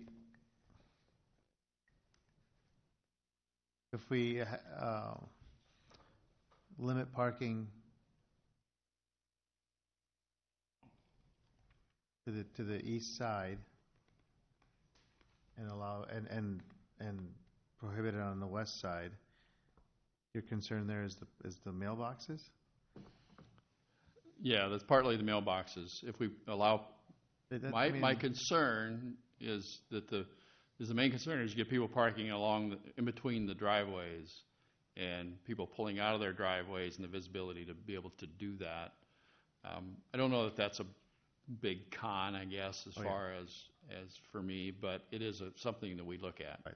The driver concern is if we allow parking on the west side. Oh, I'm sorry, the mailbox concern is if we allow parking on the west side, but that to me doesn't, there's lots of streets in the city where parking is allowed and there's mailboxes there. And yeah, we just tend to try to stay away from that, and our experience in the past is that the post office is very reluctant to relocate them from one side to the other. Well, and often they want a central one in the middle of the block somewhere where they put all the mail. To me, in that there. seems like a good compromise of having no parking on the mailbox side and parking on the east side. Especially since it sounds like there's not a lot of street parking now. So if there is, it sounds like it might be weekends or evenings when there's a gathering, which the mail's not getting delivered then. So Yeah, I have never, as I have driven out there quite a bit, I have never seen a lot of parking on the street to begin with. I think it's a random occasion when you see some. But I have taken some calls on this, and, obviously the calls I have taken have been not in favor of the resolution, period. But with a caveat, if you're going to do something, they would accept one side parking, only. And I get the dilemma. Which side is it? I see it as, I understand the concern of visibility, but a lot of the neighborhoods you have parking on that, and people deal with that. But in a lot of neighborhoods, it's not as fast driving. So that's also a concern when you're backing out on that street. So what's the speed limit going to be? Will it change once this street becomes urbanized? Currently, it's posted 35. We could lower it. 30. Is it 30? Oh, thank you. Sorry. 30 is what we typically use for a collector with limited access control. Like on 29th Avenue, that's 30, east of Indian Creek Road. Yeah. It would be up to council to lower it to 25. If you do not modify what we consider the 85th percentile, in other words, if we studied the traffic and 85% of the traffic is going 35, even if you post it 25, they will not drop down without very rigid enforcement. And then they won't do it because the environment promotes the speed. So we could lower, if council wants to, we could try lowering it to 25 in this location, and we normally don't like to do that because it pushes people off the network and into other neighborhoods. I don't think that's probably the case here. Yeah, I don't see that happening here. To complicate it a little bit more, as the city grows north, we would like to see at least if we go to one side in this location, as you look at the south leg of Cakebread Court, which is the horseshoe on the east side on the north end, that is full access control the rest of the way out. We would like to see go back to two-sided, no parking at that location, just like we are to the south. Because there won't be any more homes built on. No, we will not allow accesses any farther out. Yeah. So from now on. But my sense is that the neighborhood wouldn't care if you lowered the speed limit. Right. They'd be fine with it, probably. We just don't. We try to stay within the confines of our design standards. And no, I understand. I understand. Without a speed study. And I know you're not intentionally trying to make people's life more difficult. No. There's no question there. You have the guidelines and all these things, But I do believe with the urbanization of the road and the widening of the road, that it will encourage more people to park, but I'm not necessarily that concerned about that myself, because I think there will be, because it's going to be wider, it's going to feel like people are going to feel like parking on the street is probably okay, because it is wider. And I think there will be more parking, but I'm not too concerned about that myself. I think, compared to right now, I think there will be more, but I'm not too worried about that. If we just have it on one side, that doesn't bother me so much. But I do think that, I would like the speed limit to go down, just because of the fact that when you do, and you have a lot more cars trying to back out, I think that is, when somebody's going 35 miles an hour, 40, flying down through there, and somebody backing out, you're not seeing it, and all of a sudden there's a car right there, But Okay. Where does that leave us? You'd have to amend it. Anyone willing to amend it? I don't have very good luck amending things. Maybe somebody else. Dave, So what do would we you want to do? make an amendment, Dave, or? I will give it a shot. I recommend amending resolution number 26051, approving establishment of no parking on the west side. Yes. West side, no parking on the west side, mailbox side No parking on that side? of Winslow Road from Barry's Run Bridge to the northern city limits. Okay, so it's been moved and seconded to amend resolution number 26051 so that it would approve establishing a no parking zone on the west side of Winslow Road from Barry's Run Bridge to the northern city limits. Is that correct? Yes. Okay, so now, any discussion on amending the resolution? That seems backwards to me, personally. Oh. People in the audience, it seems like you'd want to have parking on the opposite side where the mailboxes are and not on your driveway side. Parking where the driveway. You do want to park where the driveways That's are. what they want. People don't get killed when they cross the street. Can I, Any further discussion on amending the motion? So, can I ask that you would consider amending it from Cake Bread Court, South Leg North, to no parking both sides? Cake Bread Court, no parking on both sides. Yeah, if you just do your first amendment from the bridge to Cake Bread Court, and then the other from Cake Bread Court, both sides to the city limits. Okay, which is the, can you point that out? So the left horseshoe, the last road on the left is Cake Bread. This is Cake Bread Court. Oh, I'm sorry, on the right. So it needs to be from the south leg of, you could actually use that bellboy. Yeah, it's Bellboy, isn't it? No parking on either side. Bellboy to the city limits.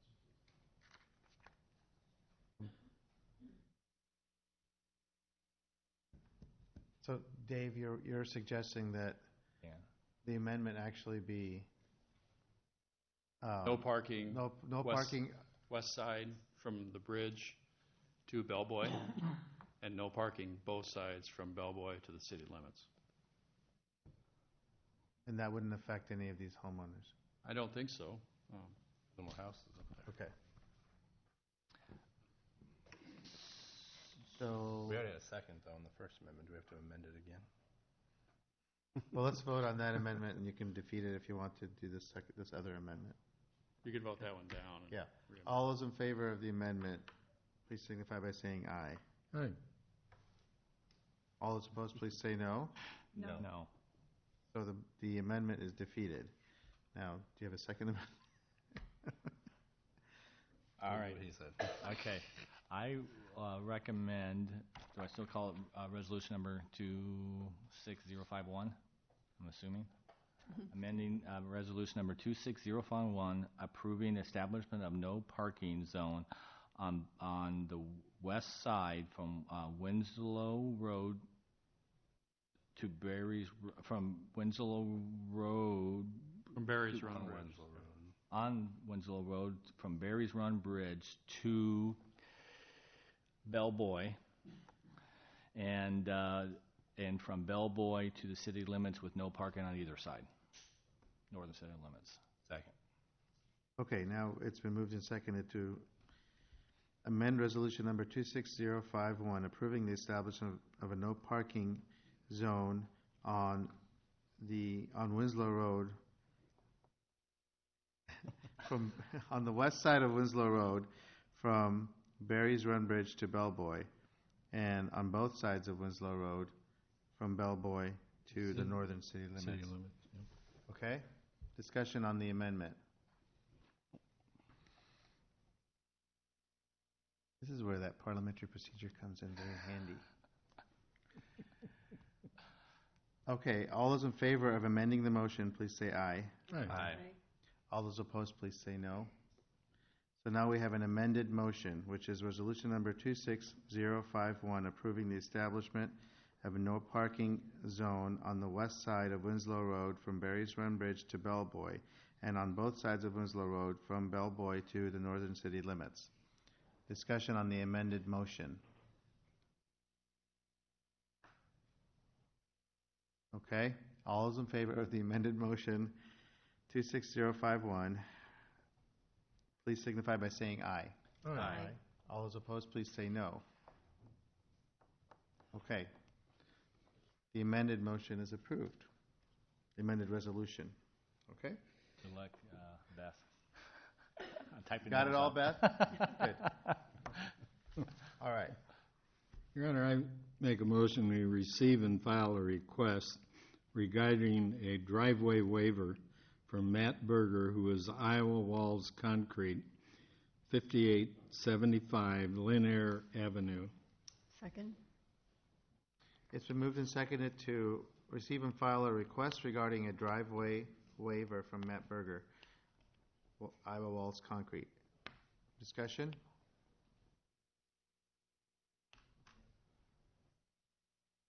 All those in favor of the motion to receive and file, please signify by saying aye. Aye.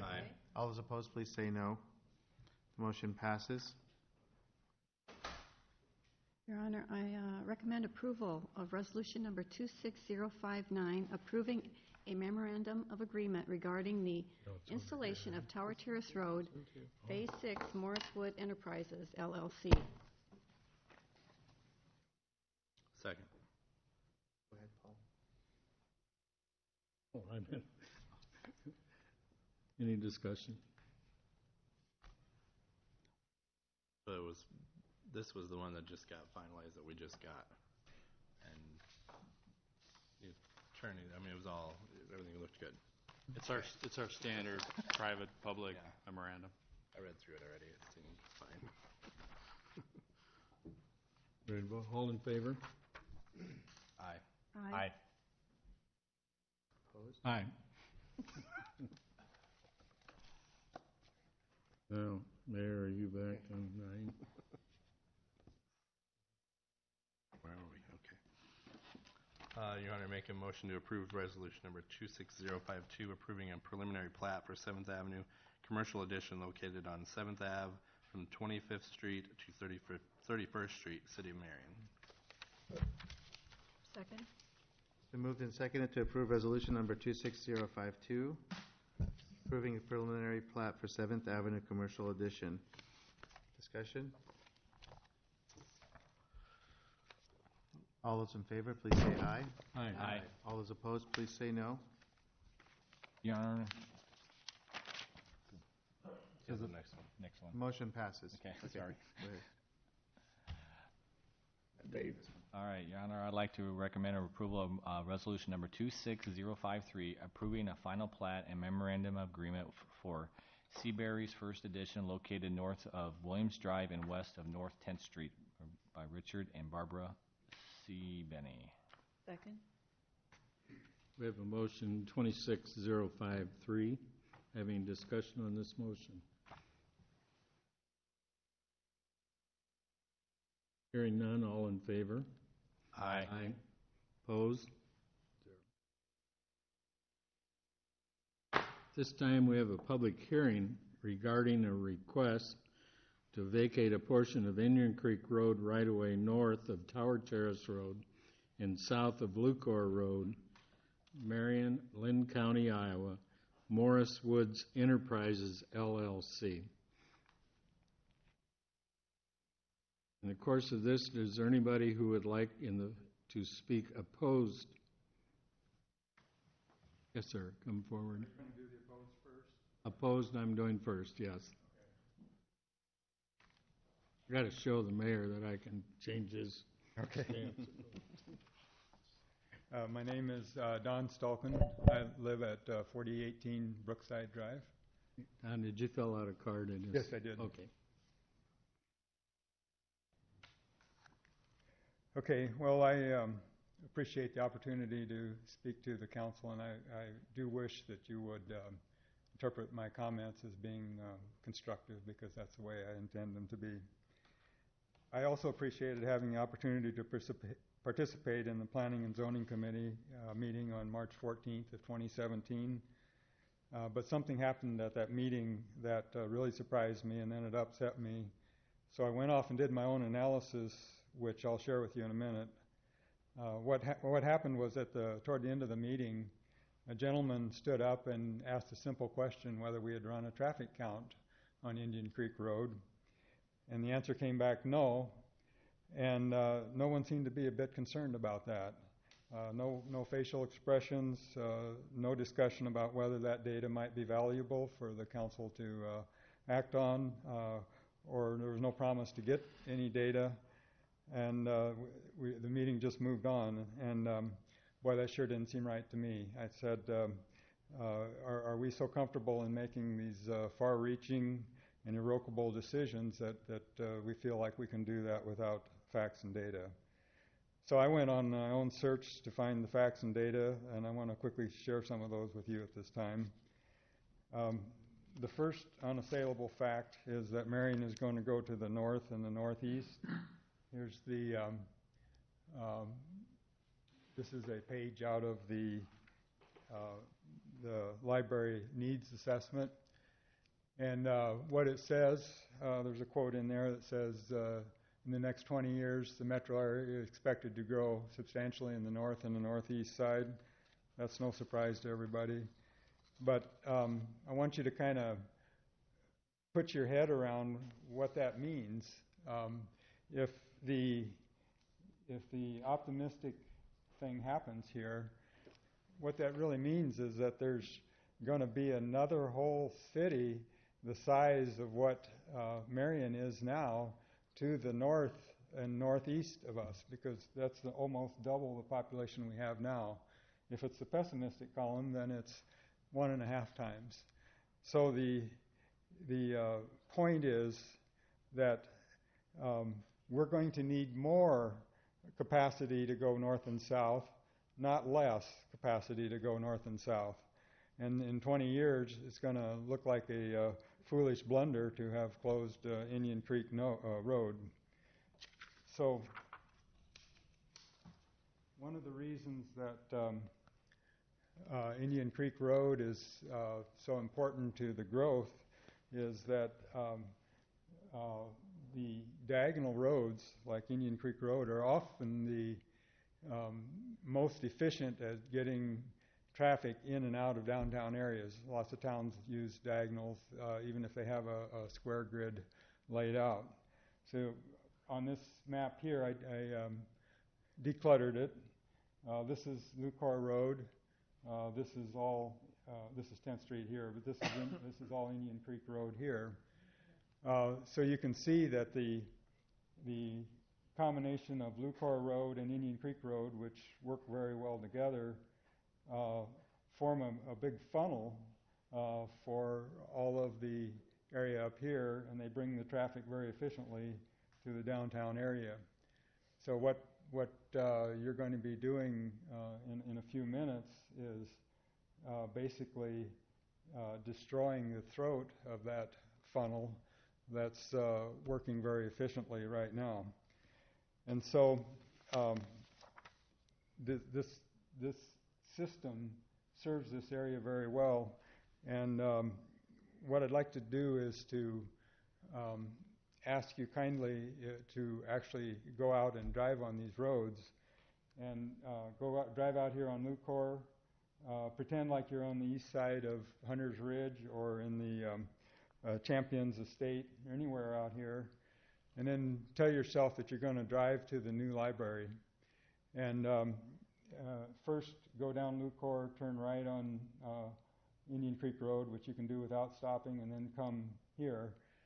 And once you do that, I'd ask you to go try all the other routes to the library, and you'll find that they will all seem like an inconvenient detour.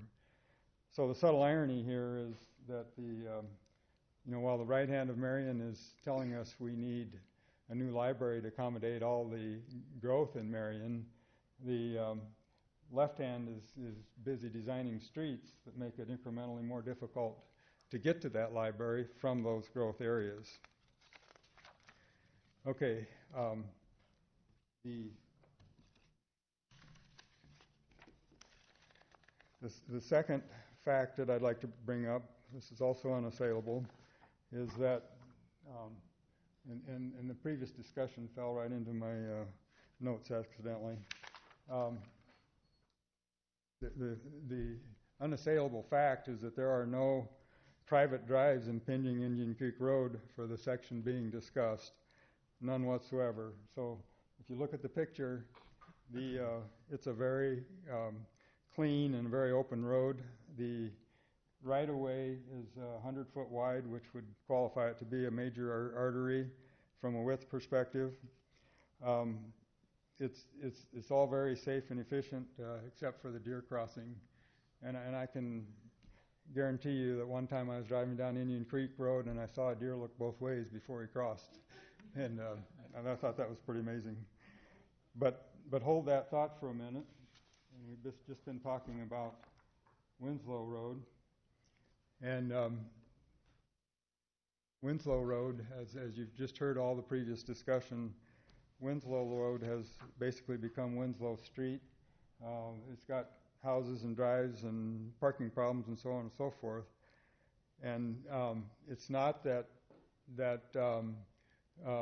busy streets can't have driveways on them. I mean, we got 10th Street and all of that. But what I'm trying to point out here is what an incredible asset Indian Creek Road is for the future. I don't think we've even envisioned all of the ways that we could possibly use that. And it's certainly a robust infrastructure component for the future. I just can't imagine us wanting to give that away.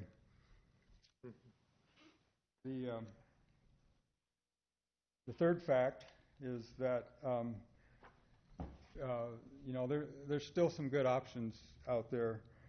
Now, I understood that, and I reserve the right to be wrong on this point, but I understood that a driving force for closing Indian Creek Road was that we didn't want an intersection with Tower Terrace Road that was too close to the intersection with Lennon Lane. And Dan can help me if I'm off the track there. But what I'd like to point out is that I don't know if it's going to show up, with just a couple of very minor tweaks, the city of Marion could have their cake and eat it too. Now this is, you've all seen this a lot of times, this is actually north like that, but I'll put it like this so you can see it all. So consider this for just a minute. We could actually keep Indian Creek Road intact, and once again with a very, very tiny change, we could actually move this intersection to Indian Creek Road and Tower Terrace where it really belongs. Most people along the Tower Terrace are making the intersections against major streets. So if you look here, you could say, well, that might make it marginally more inconvenient for the people up in this area, which might be true, but it would actually make it feel more convenient for the people that live in these strings of houses. So once again, the change is so minor because you've already planned this road here as an extension of Brookside, but that would just simply become the south connection to this neighborhood as opposed to this connection right here. And you could move the intersection where it belongs. On the other side, the people in this neighborhood don't really need this connection. They're well connected to 29th Avenue. They're also connected to the piece that's left of Indian Creek Road via Vaughn Street, and they have a good connection to 35th Street via 35th Avenue. So these people really don't need two parallel adjacent paths to 31st Street. So I would like to get us to a point where we understand that there are some options besides, picking a position and say we got to do this because of that.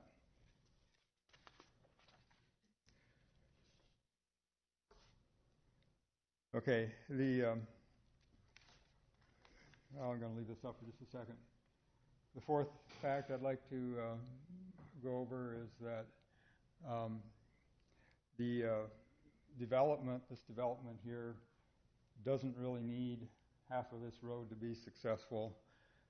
At the March 14th meeting, we were reminded that if half the road is given, then this row of lots here become extra deep lots.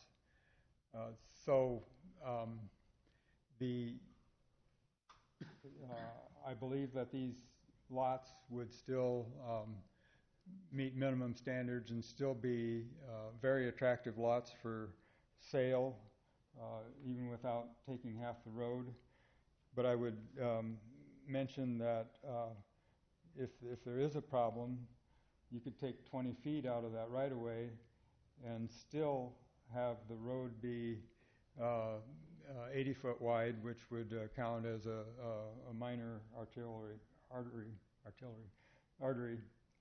So once again, there's options, but bottom line is I just don't believe that the City of Marion owes any development this kind of sacrifice in a trade for what they're not getting.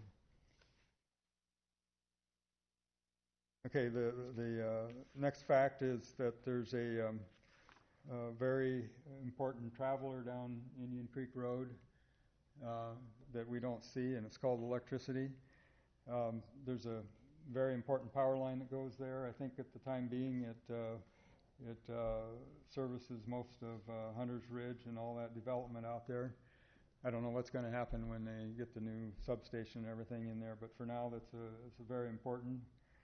It was in 1994, or maybe it was 1995, we had a bad storm that blew a big stick, twig, tree limb into the line, and there was all kinds of arcing and sparking and flashing and popping and all kinds of entertainment there. But they had to shut off the power and bring in the big trucks to fix that line. So another argument for keeping Indian Creek open is to provide a robust access to that power line. So maybe this has been thought through, but one of the things that's been a little bit disappointing at the previous meetings is it's never been real definitive what's going to happen to the road when it's abandoned, and I think that should be a part of what you consider when you vote on this. The east side has probably gotten a lot of thought, but we don't know whether it's going to be an alley or whether people are going to have to drive over people's yards to get to the line or what. But I would recommend that we have that nailed down. But once again, the best approach to keeping that line in good shape is just to keep the road open. The last thing I'll say is that this is a permanent decision to just use a little metaphor here. The decision is going to last for as long as all your souls last in heaven, because it's forever. And so I would urge you to take the time to put some rigor into the decision and consider things carefully. I'll end up with this map that's in the street plans guide.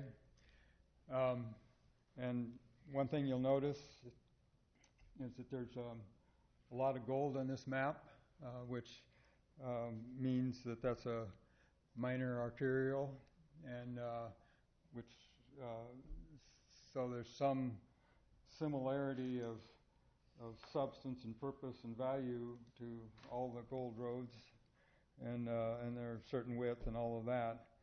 But the thing I'd ask you to think about here is that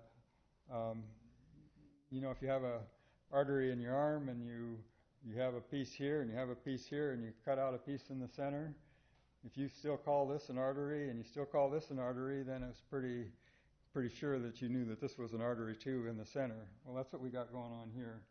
We call this piece here a minor artery. We call this piece here a minor artery. And I can probably guess that if the history was inverted and we were sitting here with this gap, we'd be trying to work out proposals to fill that gap. So once again, I'll just close by saying you just have to appreciate that this road is very valuable to Marion's history. We're using a 20-year time span to justify the library. We should use a 20-year time span to look at what that value is to the city. Thank you very much for your forbearance. Thank you.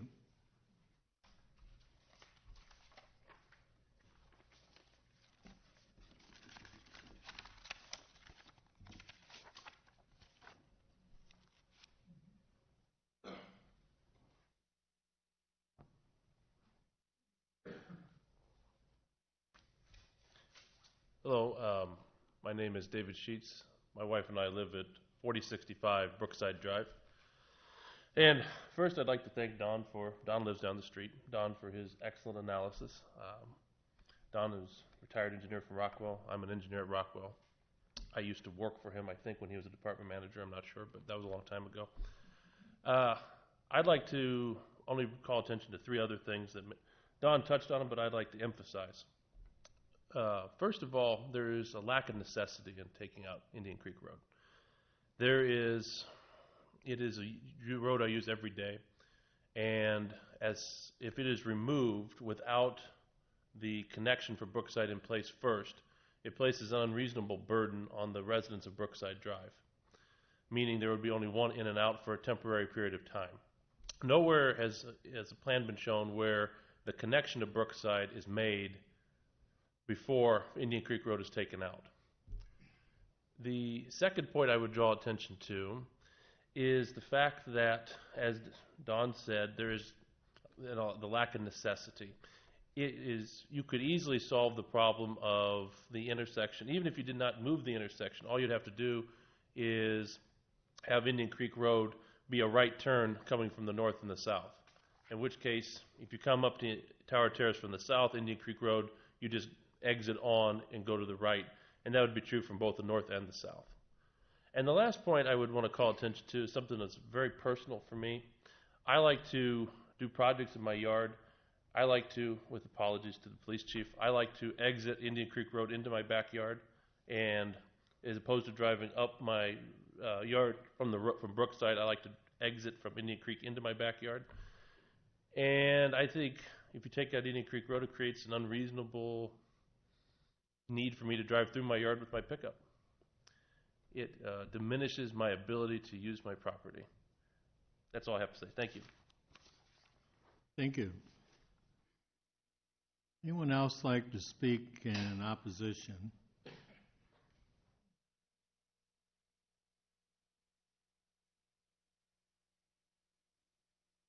About those in favor of this proposal?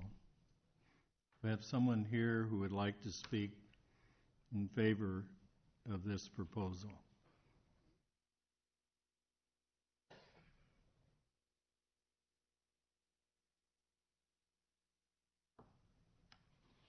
Thank you. I'm Todd Wood, part of there's four of us actually that are the developers. We just come up with this plan with the city 3 or 4 years ago, which was already the preliminary of what the city wanted. So as far as talking to you gentlemen about your going through the backyard, part of the issue would be, and correct me if I'm wrong, that if that road would be there, then those residents would have to pay half of it. I only own to the center of the road. So I don't think the people in that neighborhood would like to pay for half that road or be assessed for it. Is that correct? Could you speak into the mic? I'm Oh, sorry. I'm sorry. I was talking to Jim. Yeah, I understand that. Okay. but So we basically came up with a plan that, as far as moving traffic, is what the city wanted and what we determined. If you look at how it's preliminary platted, there would be 2 roads serving the same purpose. Because there's another road that isn't in yet that's going to run parallel to Indian Creek. That doesn't deal with the, I guess, the intersection of Tower Terrace. That's just what we were told that that's the way it was supposed to be. Is that correct? Tom, could you put that up for us, please?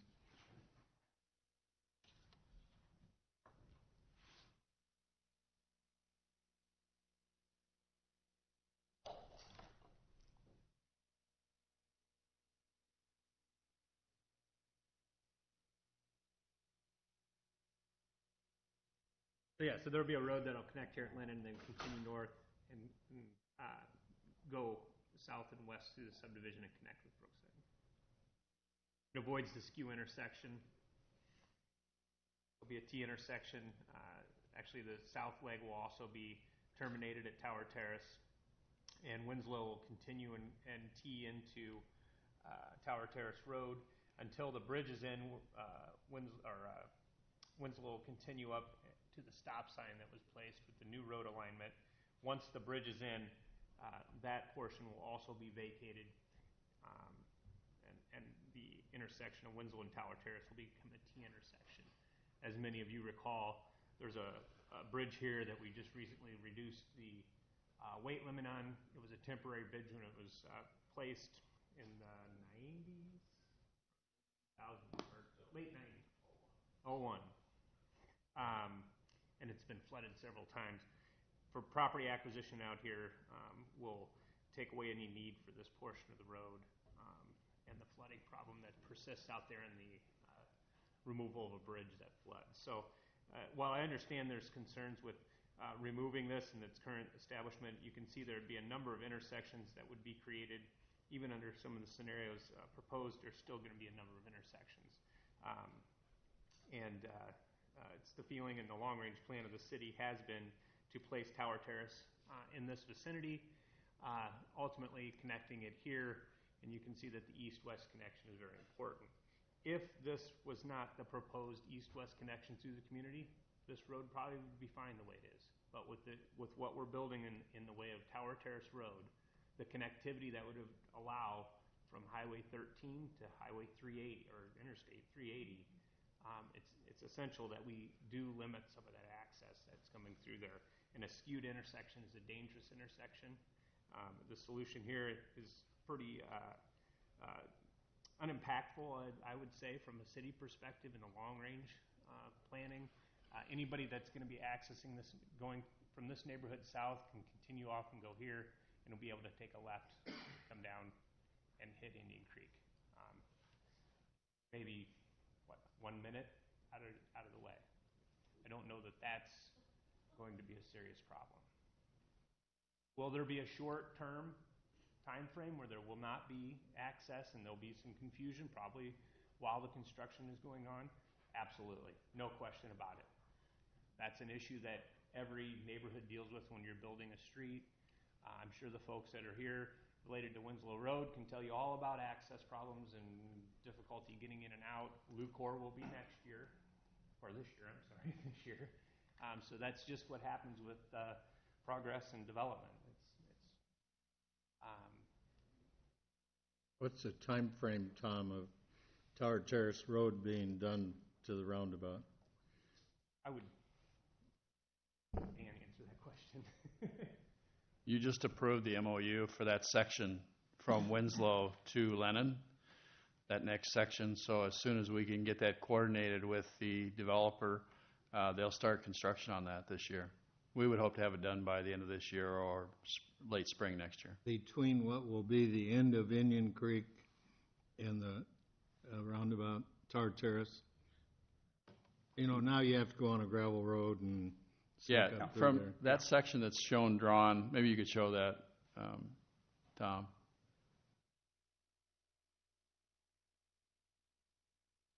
That's the piece. Yeah, that piece is part of that MOU that you just approved, which allows for the construction and reimbursement of that project, which is in the CIP. That would be this year? Yeah. Yes. Okay.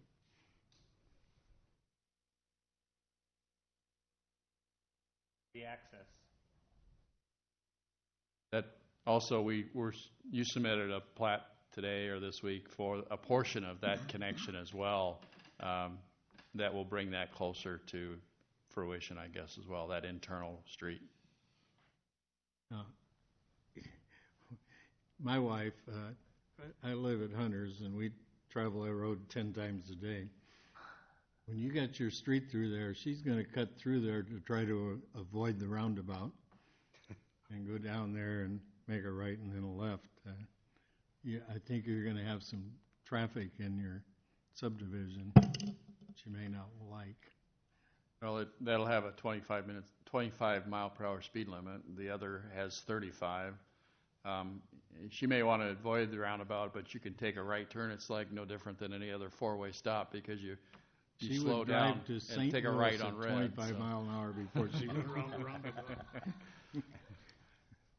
Yeah. Would it be possible I could respond? Pardon me? Would it be possible that I could respond to some of these comments?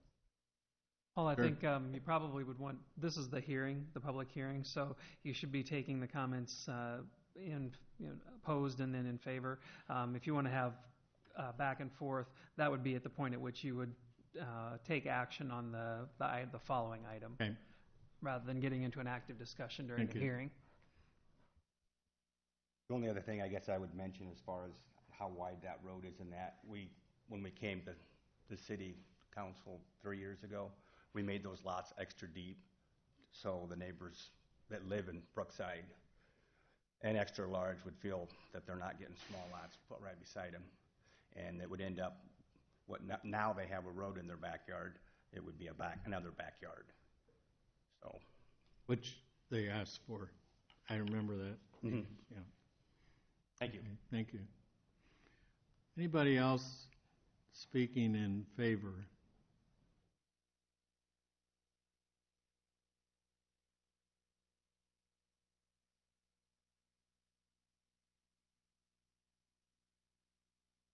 Okay, I'll close the public hearing, and we will move ahead. Councilman Edsel. Yes, Your Honor, I would like to approve the resolution number 26054, approving a request to vacate Indian Creek Road right-of-way north of Tower Terrace Road and south of Lucor Road, Marion, Iowa, Lynn County, Iowa, Morriswood Enterprises, LLC. Second. I have a first and a second for 26054. Discussion.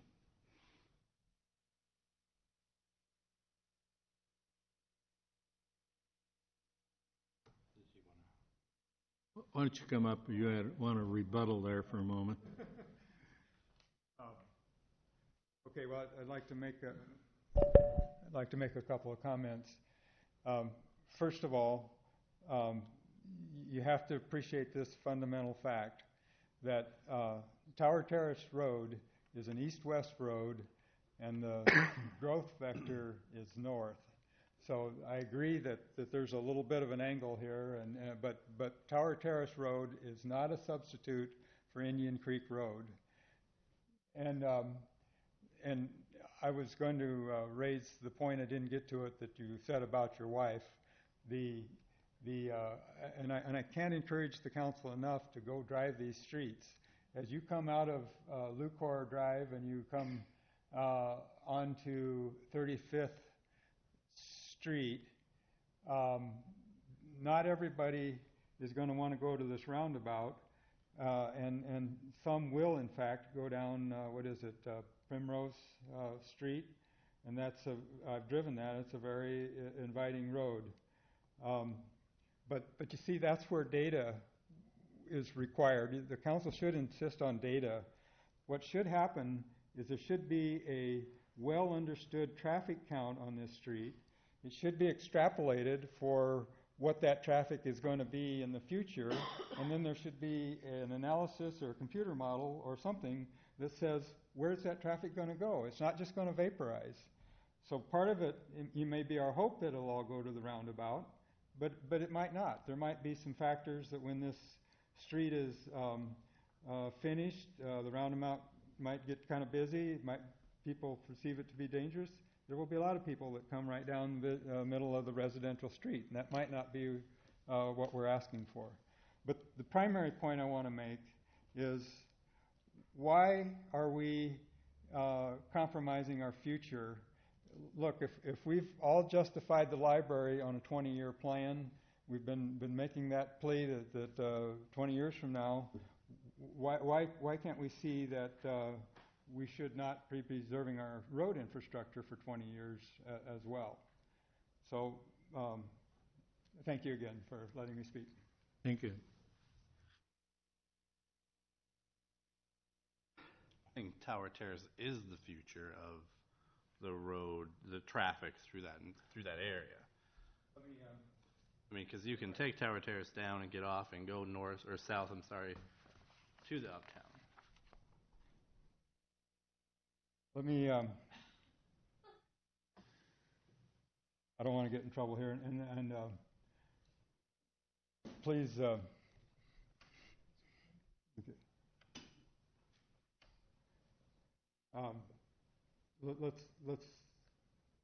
let's go this place. We've all accepted Tower Terrace to be the magic road that's going to solve all of our problems.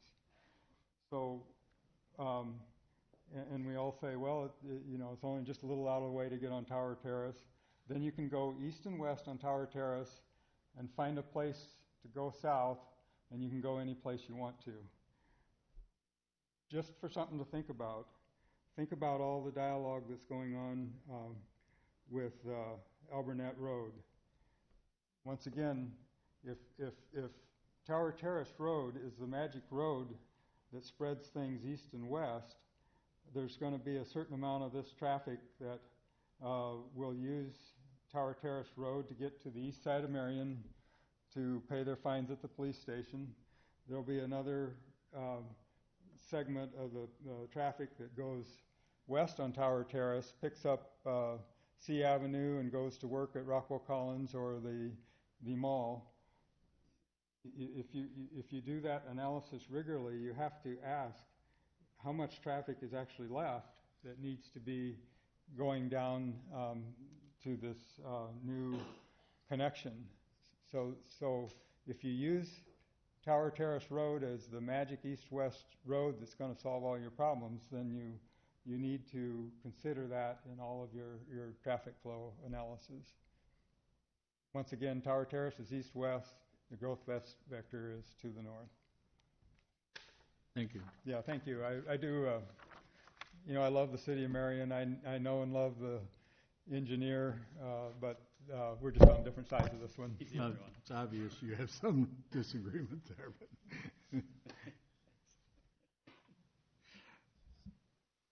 But I like to make a comment. One of the things I do like about this plan is that there's a lot of traffic that flows down Indian Creek to the intersection of 29th and Indian Creek Road there.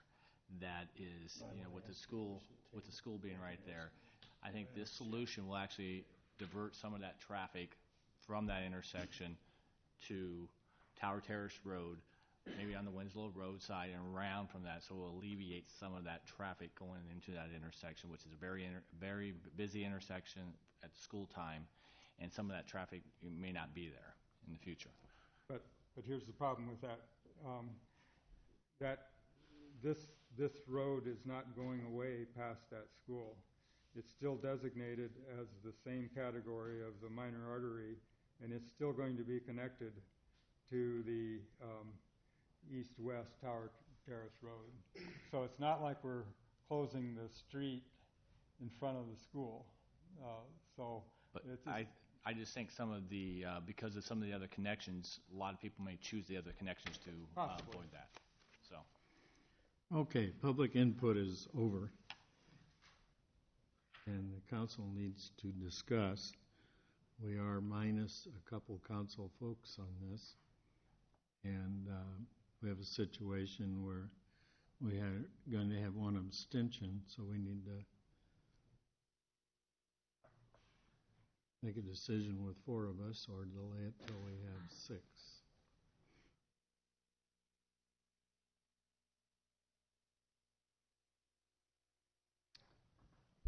You're suggesting possibly tabling it? Is what you're suggesting? What will that do for the... Oh, Mr. Wood. Will that do anything? That really wouldn't do anything, would it? We delayed that for a month. Would that disturb your... With, I don't see... we have... What's the other option? Could you put Indian Creek in? I mean, this has already been planned for 3 years. Yes, Dan. Yeah, you're kind of 3 years down the road already, and I don't want to push that, but we've made a lot of commitments as far as the preliminary plat has already been approved by council. The MOU for the project has already been approved by council. The realignment of Winslow Road is already in. I mean, the network has already been started. In lieu of the conversation, we do have traffic counts for this section of Indian Creek. That is one of the reasons why we have looked at removing that intersection from the system at Indian Creek, because of the conflicts and the potential need in 20 years to signalize that intersection, and having possibly 3 intersections signalized within 1,000 feet. We look at that within our network. We're committed to this. You're committed to this in a lot of different ways, and to start back down, I don't want to push you into a corner or anything, and I don't mean to do that, but you really kind of already made this decision already. The timing can wait, but the plans are ready. The MOU is in place. We need a few extra things, and they can start moving dirt out here pretty quick. I think actually you have to go back a little further than that, because if my memory serves me correctly, the neighborhood plan for Indian Creek was adopted in 2009, which was about the same time that the Snyder study was done for Tower Terrace Road.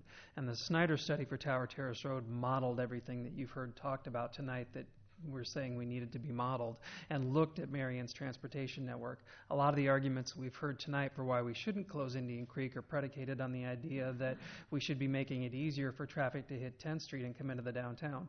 The reason we're moving Alburnett Road is to stop that.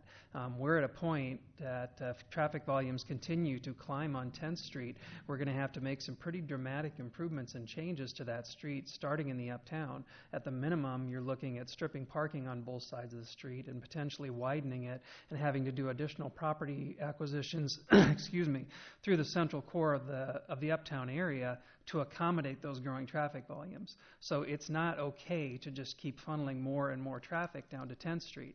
All of that growth to the north, if you make it simpler for it to come down 10th Street into the heart of the downtown, all you're doing is moving the problem from one area to another and exacerbating an issue that's already a known problem for the community. This does all have to work together as a network. As you move further east, there's other sections that are going to come up and hit Tower Terrace Road that will help that north and southbound traffic travel that direction. 44th Street, 50th Street, we'll have more opportunities for those travelers that are going north and south to make that choice. But the big key is to give them the ability to travel easily across Marion, east and west, which Tower Terrace Road will do, but then they can select which one of those routes that they want to take to go north and south. So now Albert Road suddenly becomes a viable option. 10th Street is still a viable option. 35th Street is an option. 44th Street is an option. But we have to spread that out rather than concentrating it. And failing to take out this section of Indian Creek will continue that process of concentrating it and put us in the situation where, much like 7th Avenue, all of a sudden you're contemplating having to tear out historic buildings, which I don't think anybody wants to see because so much of Marion's identity is tied to the uptown area, to accommodate those traffic volumes that will just continue to climb. We have to have other options for people to take. We can't just put ourselves in a position of saying that this is okay and it's going to be okay forever. I personally am greatly impressed with the idea that Tower Terrace is going to be done to the roundabout. I mean, that makes, I always feared that we'd have Indian Creek closed, and I probably travel it 7 times a day, and I couldn't figure out how I was going to do that anymore, but if we're going to have that roadway done, that makes a lot of difference to a lot of us, I think, that go that way all the time. Not, right? Indian Creek's going to be closed before Tower Terrace is done. We're going to keep it open as long as possible, but yeah, there will be a time. We have to build the intersection. Where the intersection was has to be built up about 2 feet, so there's going to be a time when Indian Creek will be closed. You mean? Yes, at Tower Terrace and Indian Creek. Oh. That will be closed for a period of time, but we're requiring within the phasing that the intersection of Tower Terrace and Winslow Road be completed before they close Indian Creek. So anybody using Winslow Road will be able to have that opportunity. So there will not be a loss of connection there.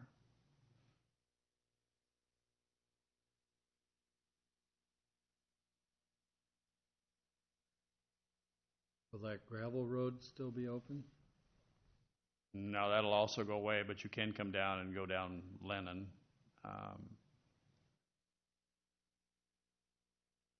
It's the transition between what was and what will be is difficult. There's no question about that. But we're trying to phase it and keep the inconvenience to a minimum. This will happen, but we're hoping that by the time the Winslow Road intersection is completed, that the remainder of reconstruction of Winslow Road will be completed as well, which allows all of Hunter's Ridge to come down Winslow Road and either take 10th Street or come down to Indian Creek Road.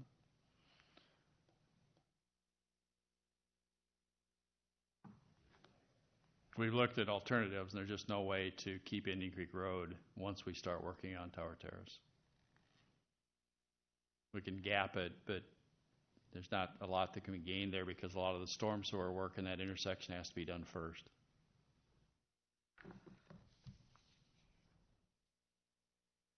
Any other discussion?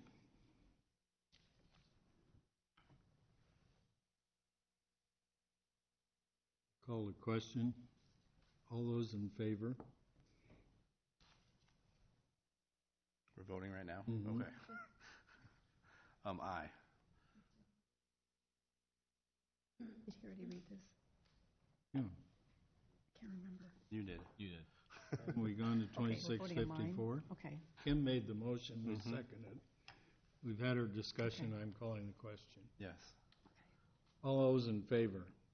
Aye. Aye. Aye. Very reluctant aye. We now have a public hearing regarding the sale of vacated alley described as 120 feet of a 10-foot wide east-west alley adjacent to the south property line of 1060 29th Street, Marion, also known as Lots 3 and 4, Block 6, Richmond, 2nd Edition, Marion, Lynn County, Iowa, and it's Larry and Joan Nassett. Everybody opposed to this lighting of this, selling this alleyway?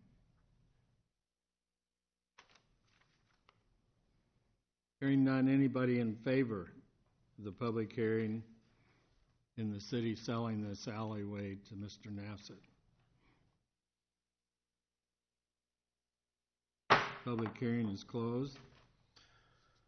I make a motion to approve resolution number 26055, approving the sale of vacated alley described as 120 feet of the 10-foot wide east-west alley adjacent to the south property line of 1060 29th Street, Marion, Iowa, also known as lots 3 and 4 of Block 6, Richmond 2nd Edition, Marion, Lynn County, Iowa. Larry and Joan and Nessett. Second. Any discussion on 26055 on the approval of the sale of the alleyway? All in favor? Aye. Motion carries. Thank you. Okay, at this time, we have a public hearing regarding a request to rezone property from Lynn County A and A1 to rural restricted to I-2 General Industrial for property located west and east of 44th Street and south of 3rd Avenue in Marion. This is brought forward by the city in connection with the Eco-Industrial Park Phase 2. Public hearing is now open.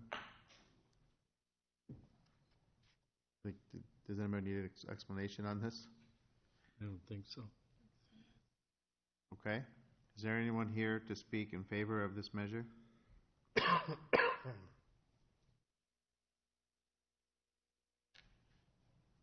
Anyone here to speak in opposition of the measure? Public hearing is now closed. Your Honor, I'd like to make a motion to approve ordinance number 17-15, amending the Marion Code of Ordinances regarding a request to rezone property from Lynn County A and A-1 to rural restricted to I-2 and general industrial for property located west and east of 44th Street and south of 3rd Avenue in Marion, Lynn County, Iowa. City of Marion Eco Industrial Park Phase 2 for initial consideration. Second. It's been moved and seconded to approve ordinance number 17-15, amending the Marion Code of Ordinances regarding a request to rezone property from Lynn County A and A1 rural restricted to I-2 general industrial for property located west and east of 44th Street, south of 3rd Avenue in Marion, Lynn County, Iowa. Discussion.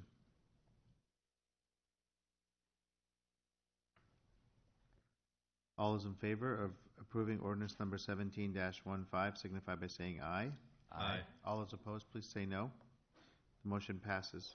Yes, Your Honor, I have resolution 26,056 approving the First United Methodist Church of Marion, First Edition, final plat, memorandum of agreement for property located north of REC Drive and west of Highway 13, south of 35th Avenue, Marion, Iowa, First United Methodist Church. Second. It's been moved and seconded, I believe, by Mr. Brandt. He was first, I think. To approve resolution number 26056, approving First United Methodist Church of Marion, First Edition, final plat, and memorandum of agreement. Discussion?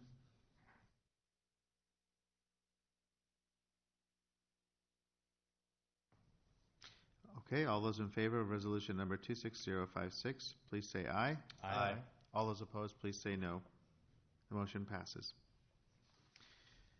Yes, Your Honor, I move to approve resolution number 26057, approving scope of work and contract with Lucille Levine for the Marion Airport Land Use Plan and rezoning.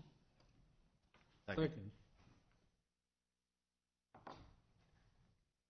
Any discussion? Nope. We need Tom or anybody to explain what we're doing? Still in planning. By the DOT. All in favor of the motion? Aye. Aye. Those opposed?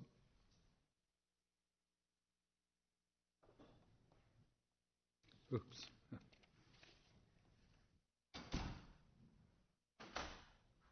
do that one, Nick? Workforce housing. We have another public hearing on the designation of the 2017 Workforce Housing Urban Revitalization Area and the adoption of a plan for the revitalization area. The public hearing is now open. Is there any report on this? Are we good with what we heard on Tuesday?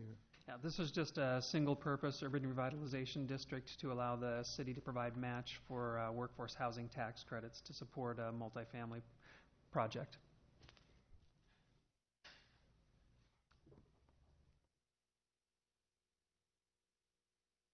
Is there anyone here to speak in favor of this measure? Sir? No? Anyone here to speak opposed to it? Public hearing is now closed. Motion to receive and file and refer. No. Nope. Oh, okay. I'm trying to get out of here. You know. All right, guys, you switched pages, huh? Okay, so I make a motion to approve resolution number 26058, adopting the proposed plan for the 2017 Workforce Housing Urban Revitalization Area. Second. Well, I released it second. Discussion. Take it.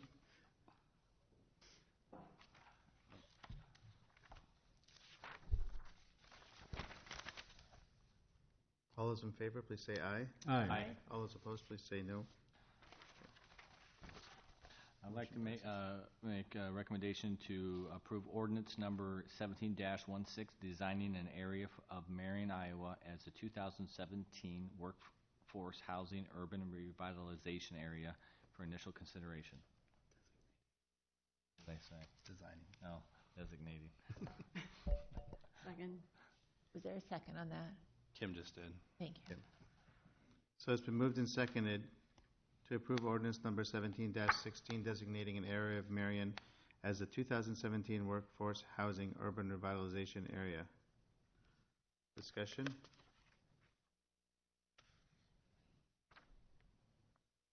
All those in favor say aye. Aye. Aye. All those opposed, please say no. The motion passes. Got confused. My turn? Yes, sir. Well, I want to make sure. I motion to receive and file and refer to our TIF team a request for tax increment financing assistance for Mojo Properties LLC. Second. Thank you. I'm Jason Olmstead. I live at 6010 Woodbridge Crest in Marion. It's my first city council meeting. It's been quite an experience so far. Yeah, we're here to talk about a development project we're looking at in Uptown Marion.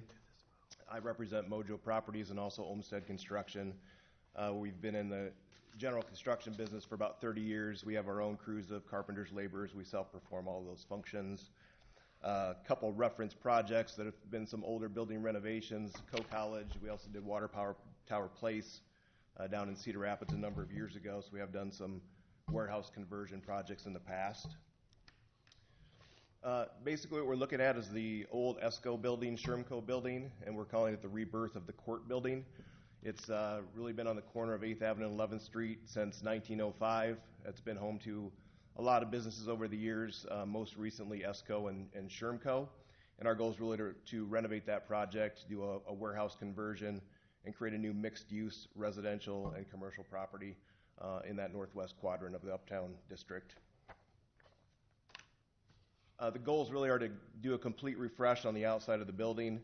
We'll remove the awnings, do new storefronts, new windows on that 11th Street storefront location.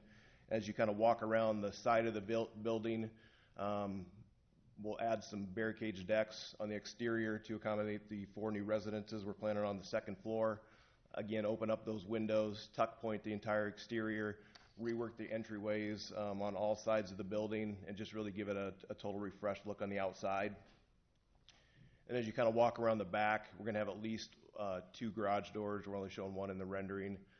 We're also going to propose on doing an ADA ramp so we can have ADA access to the back side, We're kind of trying to set the back area up as a space to accommodate a new restaurant in the downtown location. Couple concept images of what we hope the space to look like, just for reference.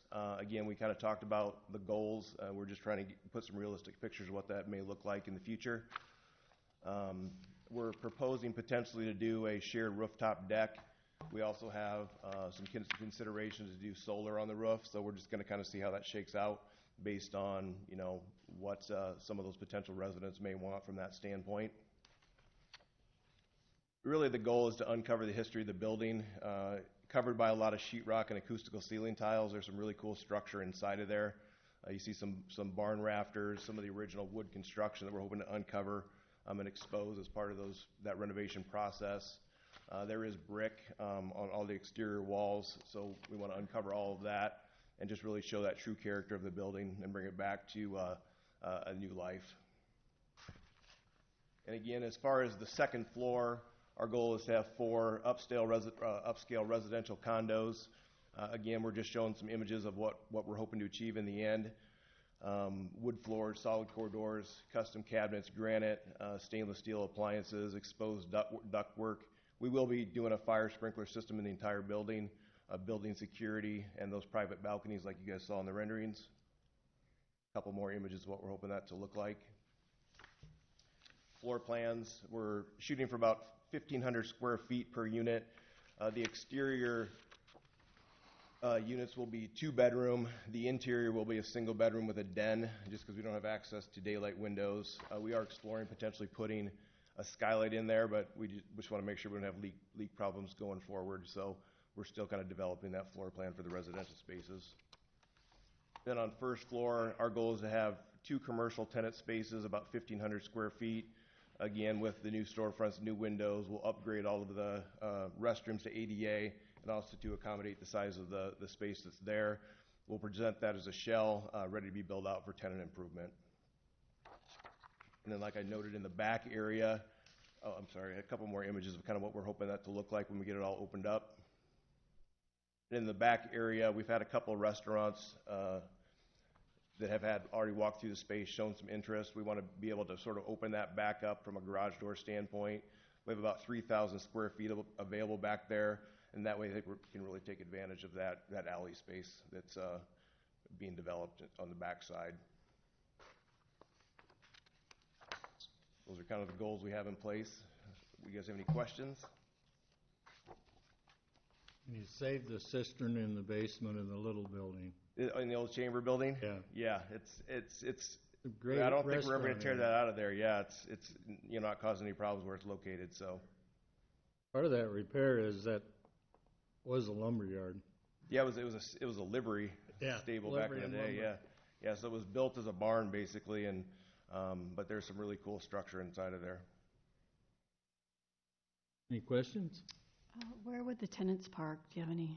We have with the purchase of a condo, you have one designated parking spot. We've already had that as part of our offer on the property.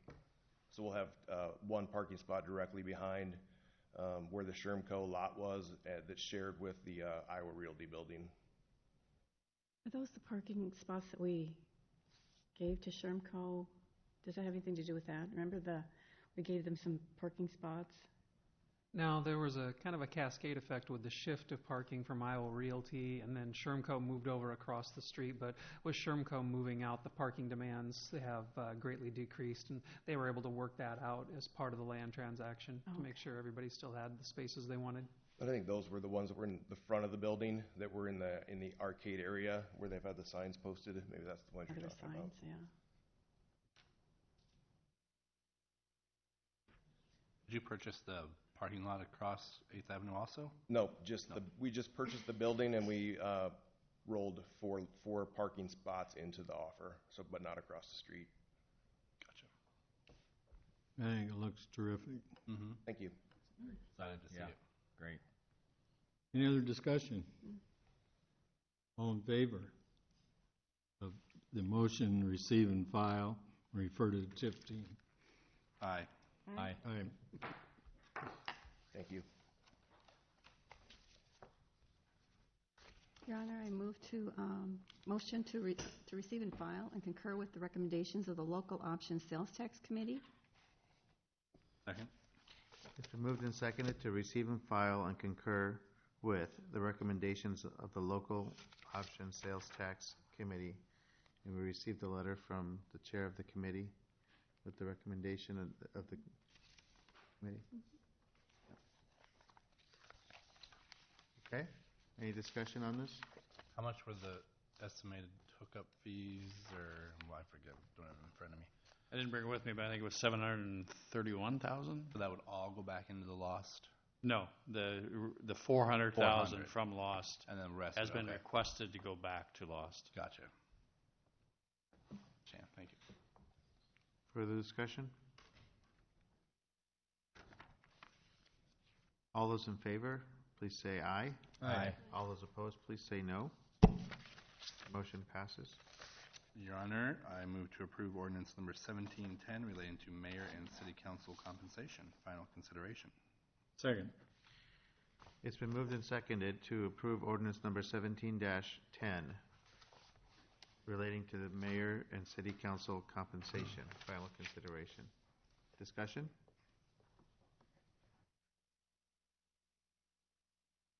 All those in favor of ordinance number 17-10, please say aye. Aye. All those opposed, please say no. Motion passes. Discussion time? We got a raise. Dave? Yeah, I got a quick question. This is, I received some correspondence about the Indian Creek intersection.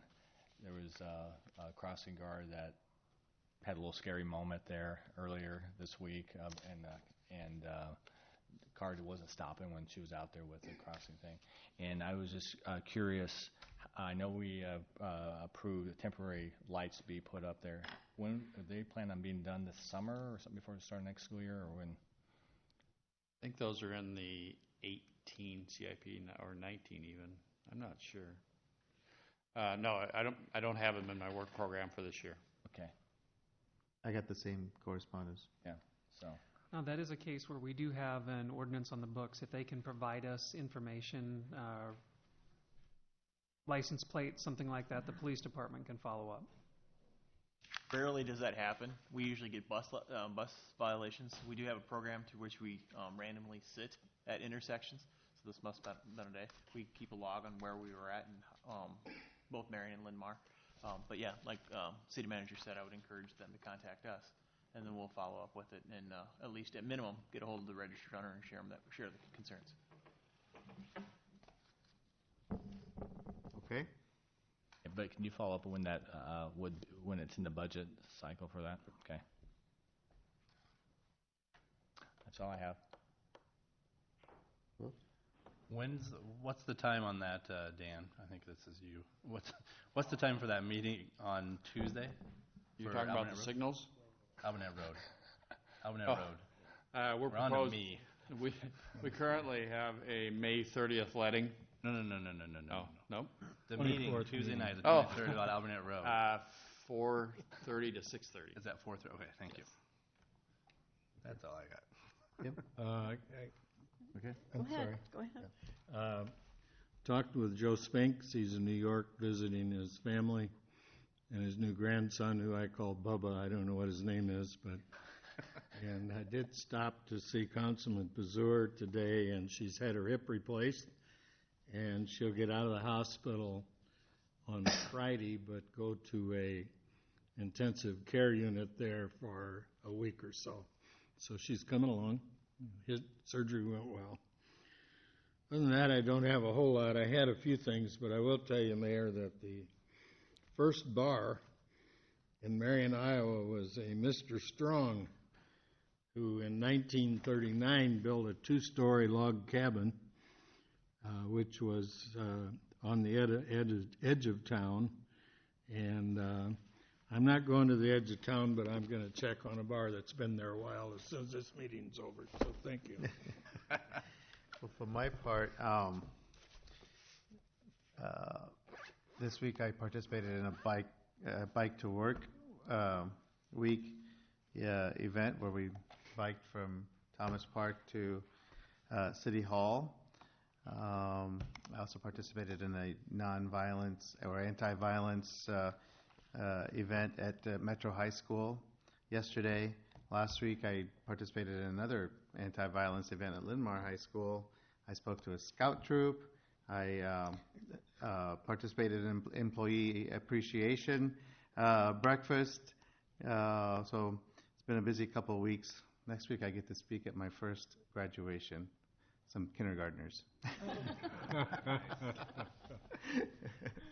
So I'm looking forward to that, actually. I just want to point out that this weekend is the Marion Arts Festival. Hope everyone comes out and supports it. We are having well, rain or not, we're having the festival. We're having the ribbon cutting on the Uptown Artway, the alley project. If you haven't been back there, it's looking wonderful. And I've already seen people taking pictures back there, strolling through. Just on Facebook, all the number of people that took prom pictures back there. It just shows that it's quickly becoming a community asset, a community gathering spot. Join us for the ribbon cutting on Saturday at 9 o'clock. I want to commend everyone who has had anything to do with that project. I know from the city's standpoint, Amanda and Mike, anybody else that I'm missing, the Chamber, Uptown District, all the staff has been involved somehow, one way or another. Karen Hoyt, everyone that has had anything to do with it. If I didn't say your name, please forgive me, but it's been a joint project on many levels of the city, the Chamber, Uptown, the county, all the donors, private citizens who have donated their time, the landowners who gave the city easements in favor of the public. It really was a joint effort, and we should all be proud of it as a community, and we should all come out and celebrate the ribbon cutting. I don't think we mentioned that. Did we mention that Jill Ackerman was named a woman of influence?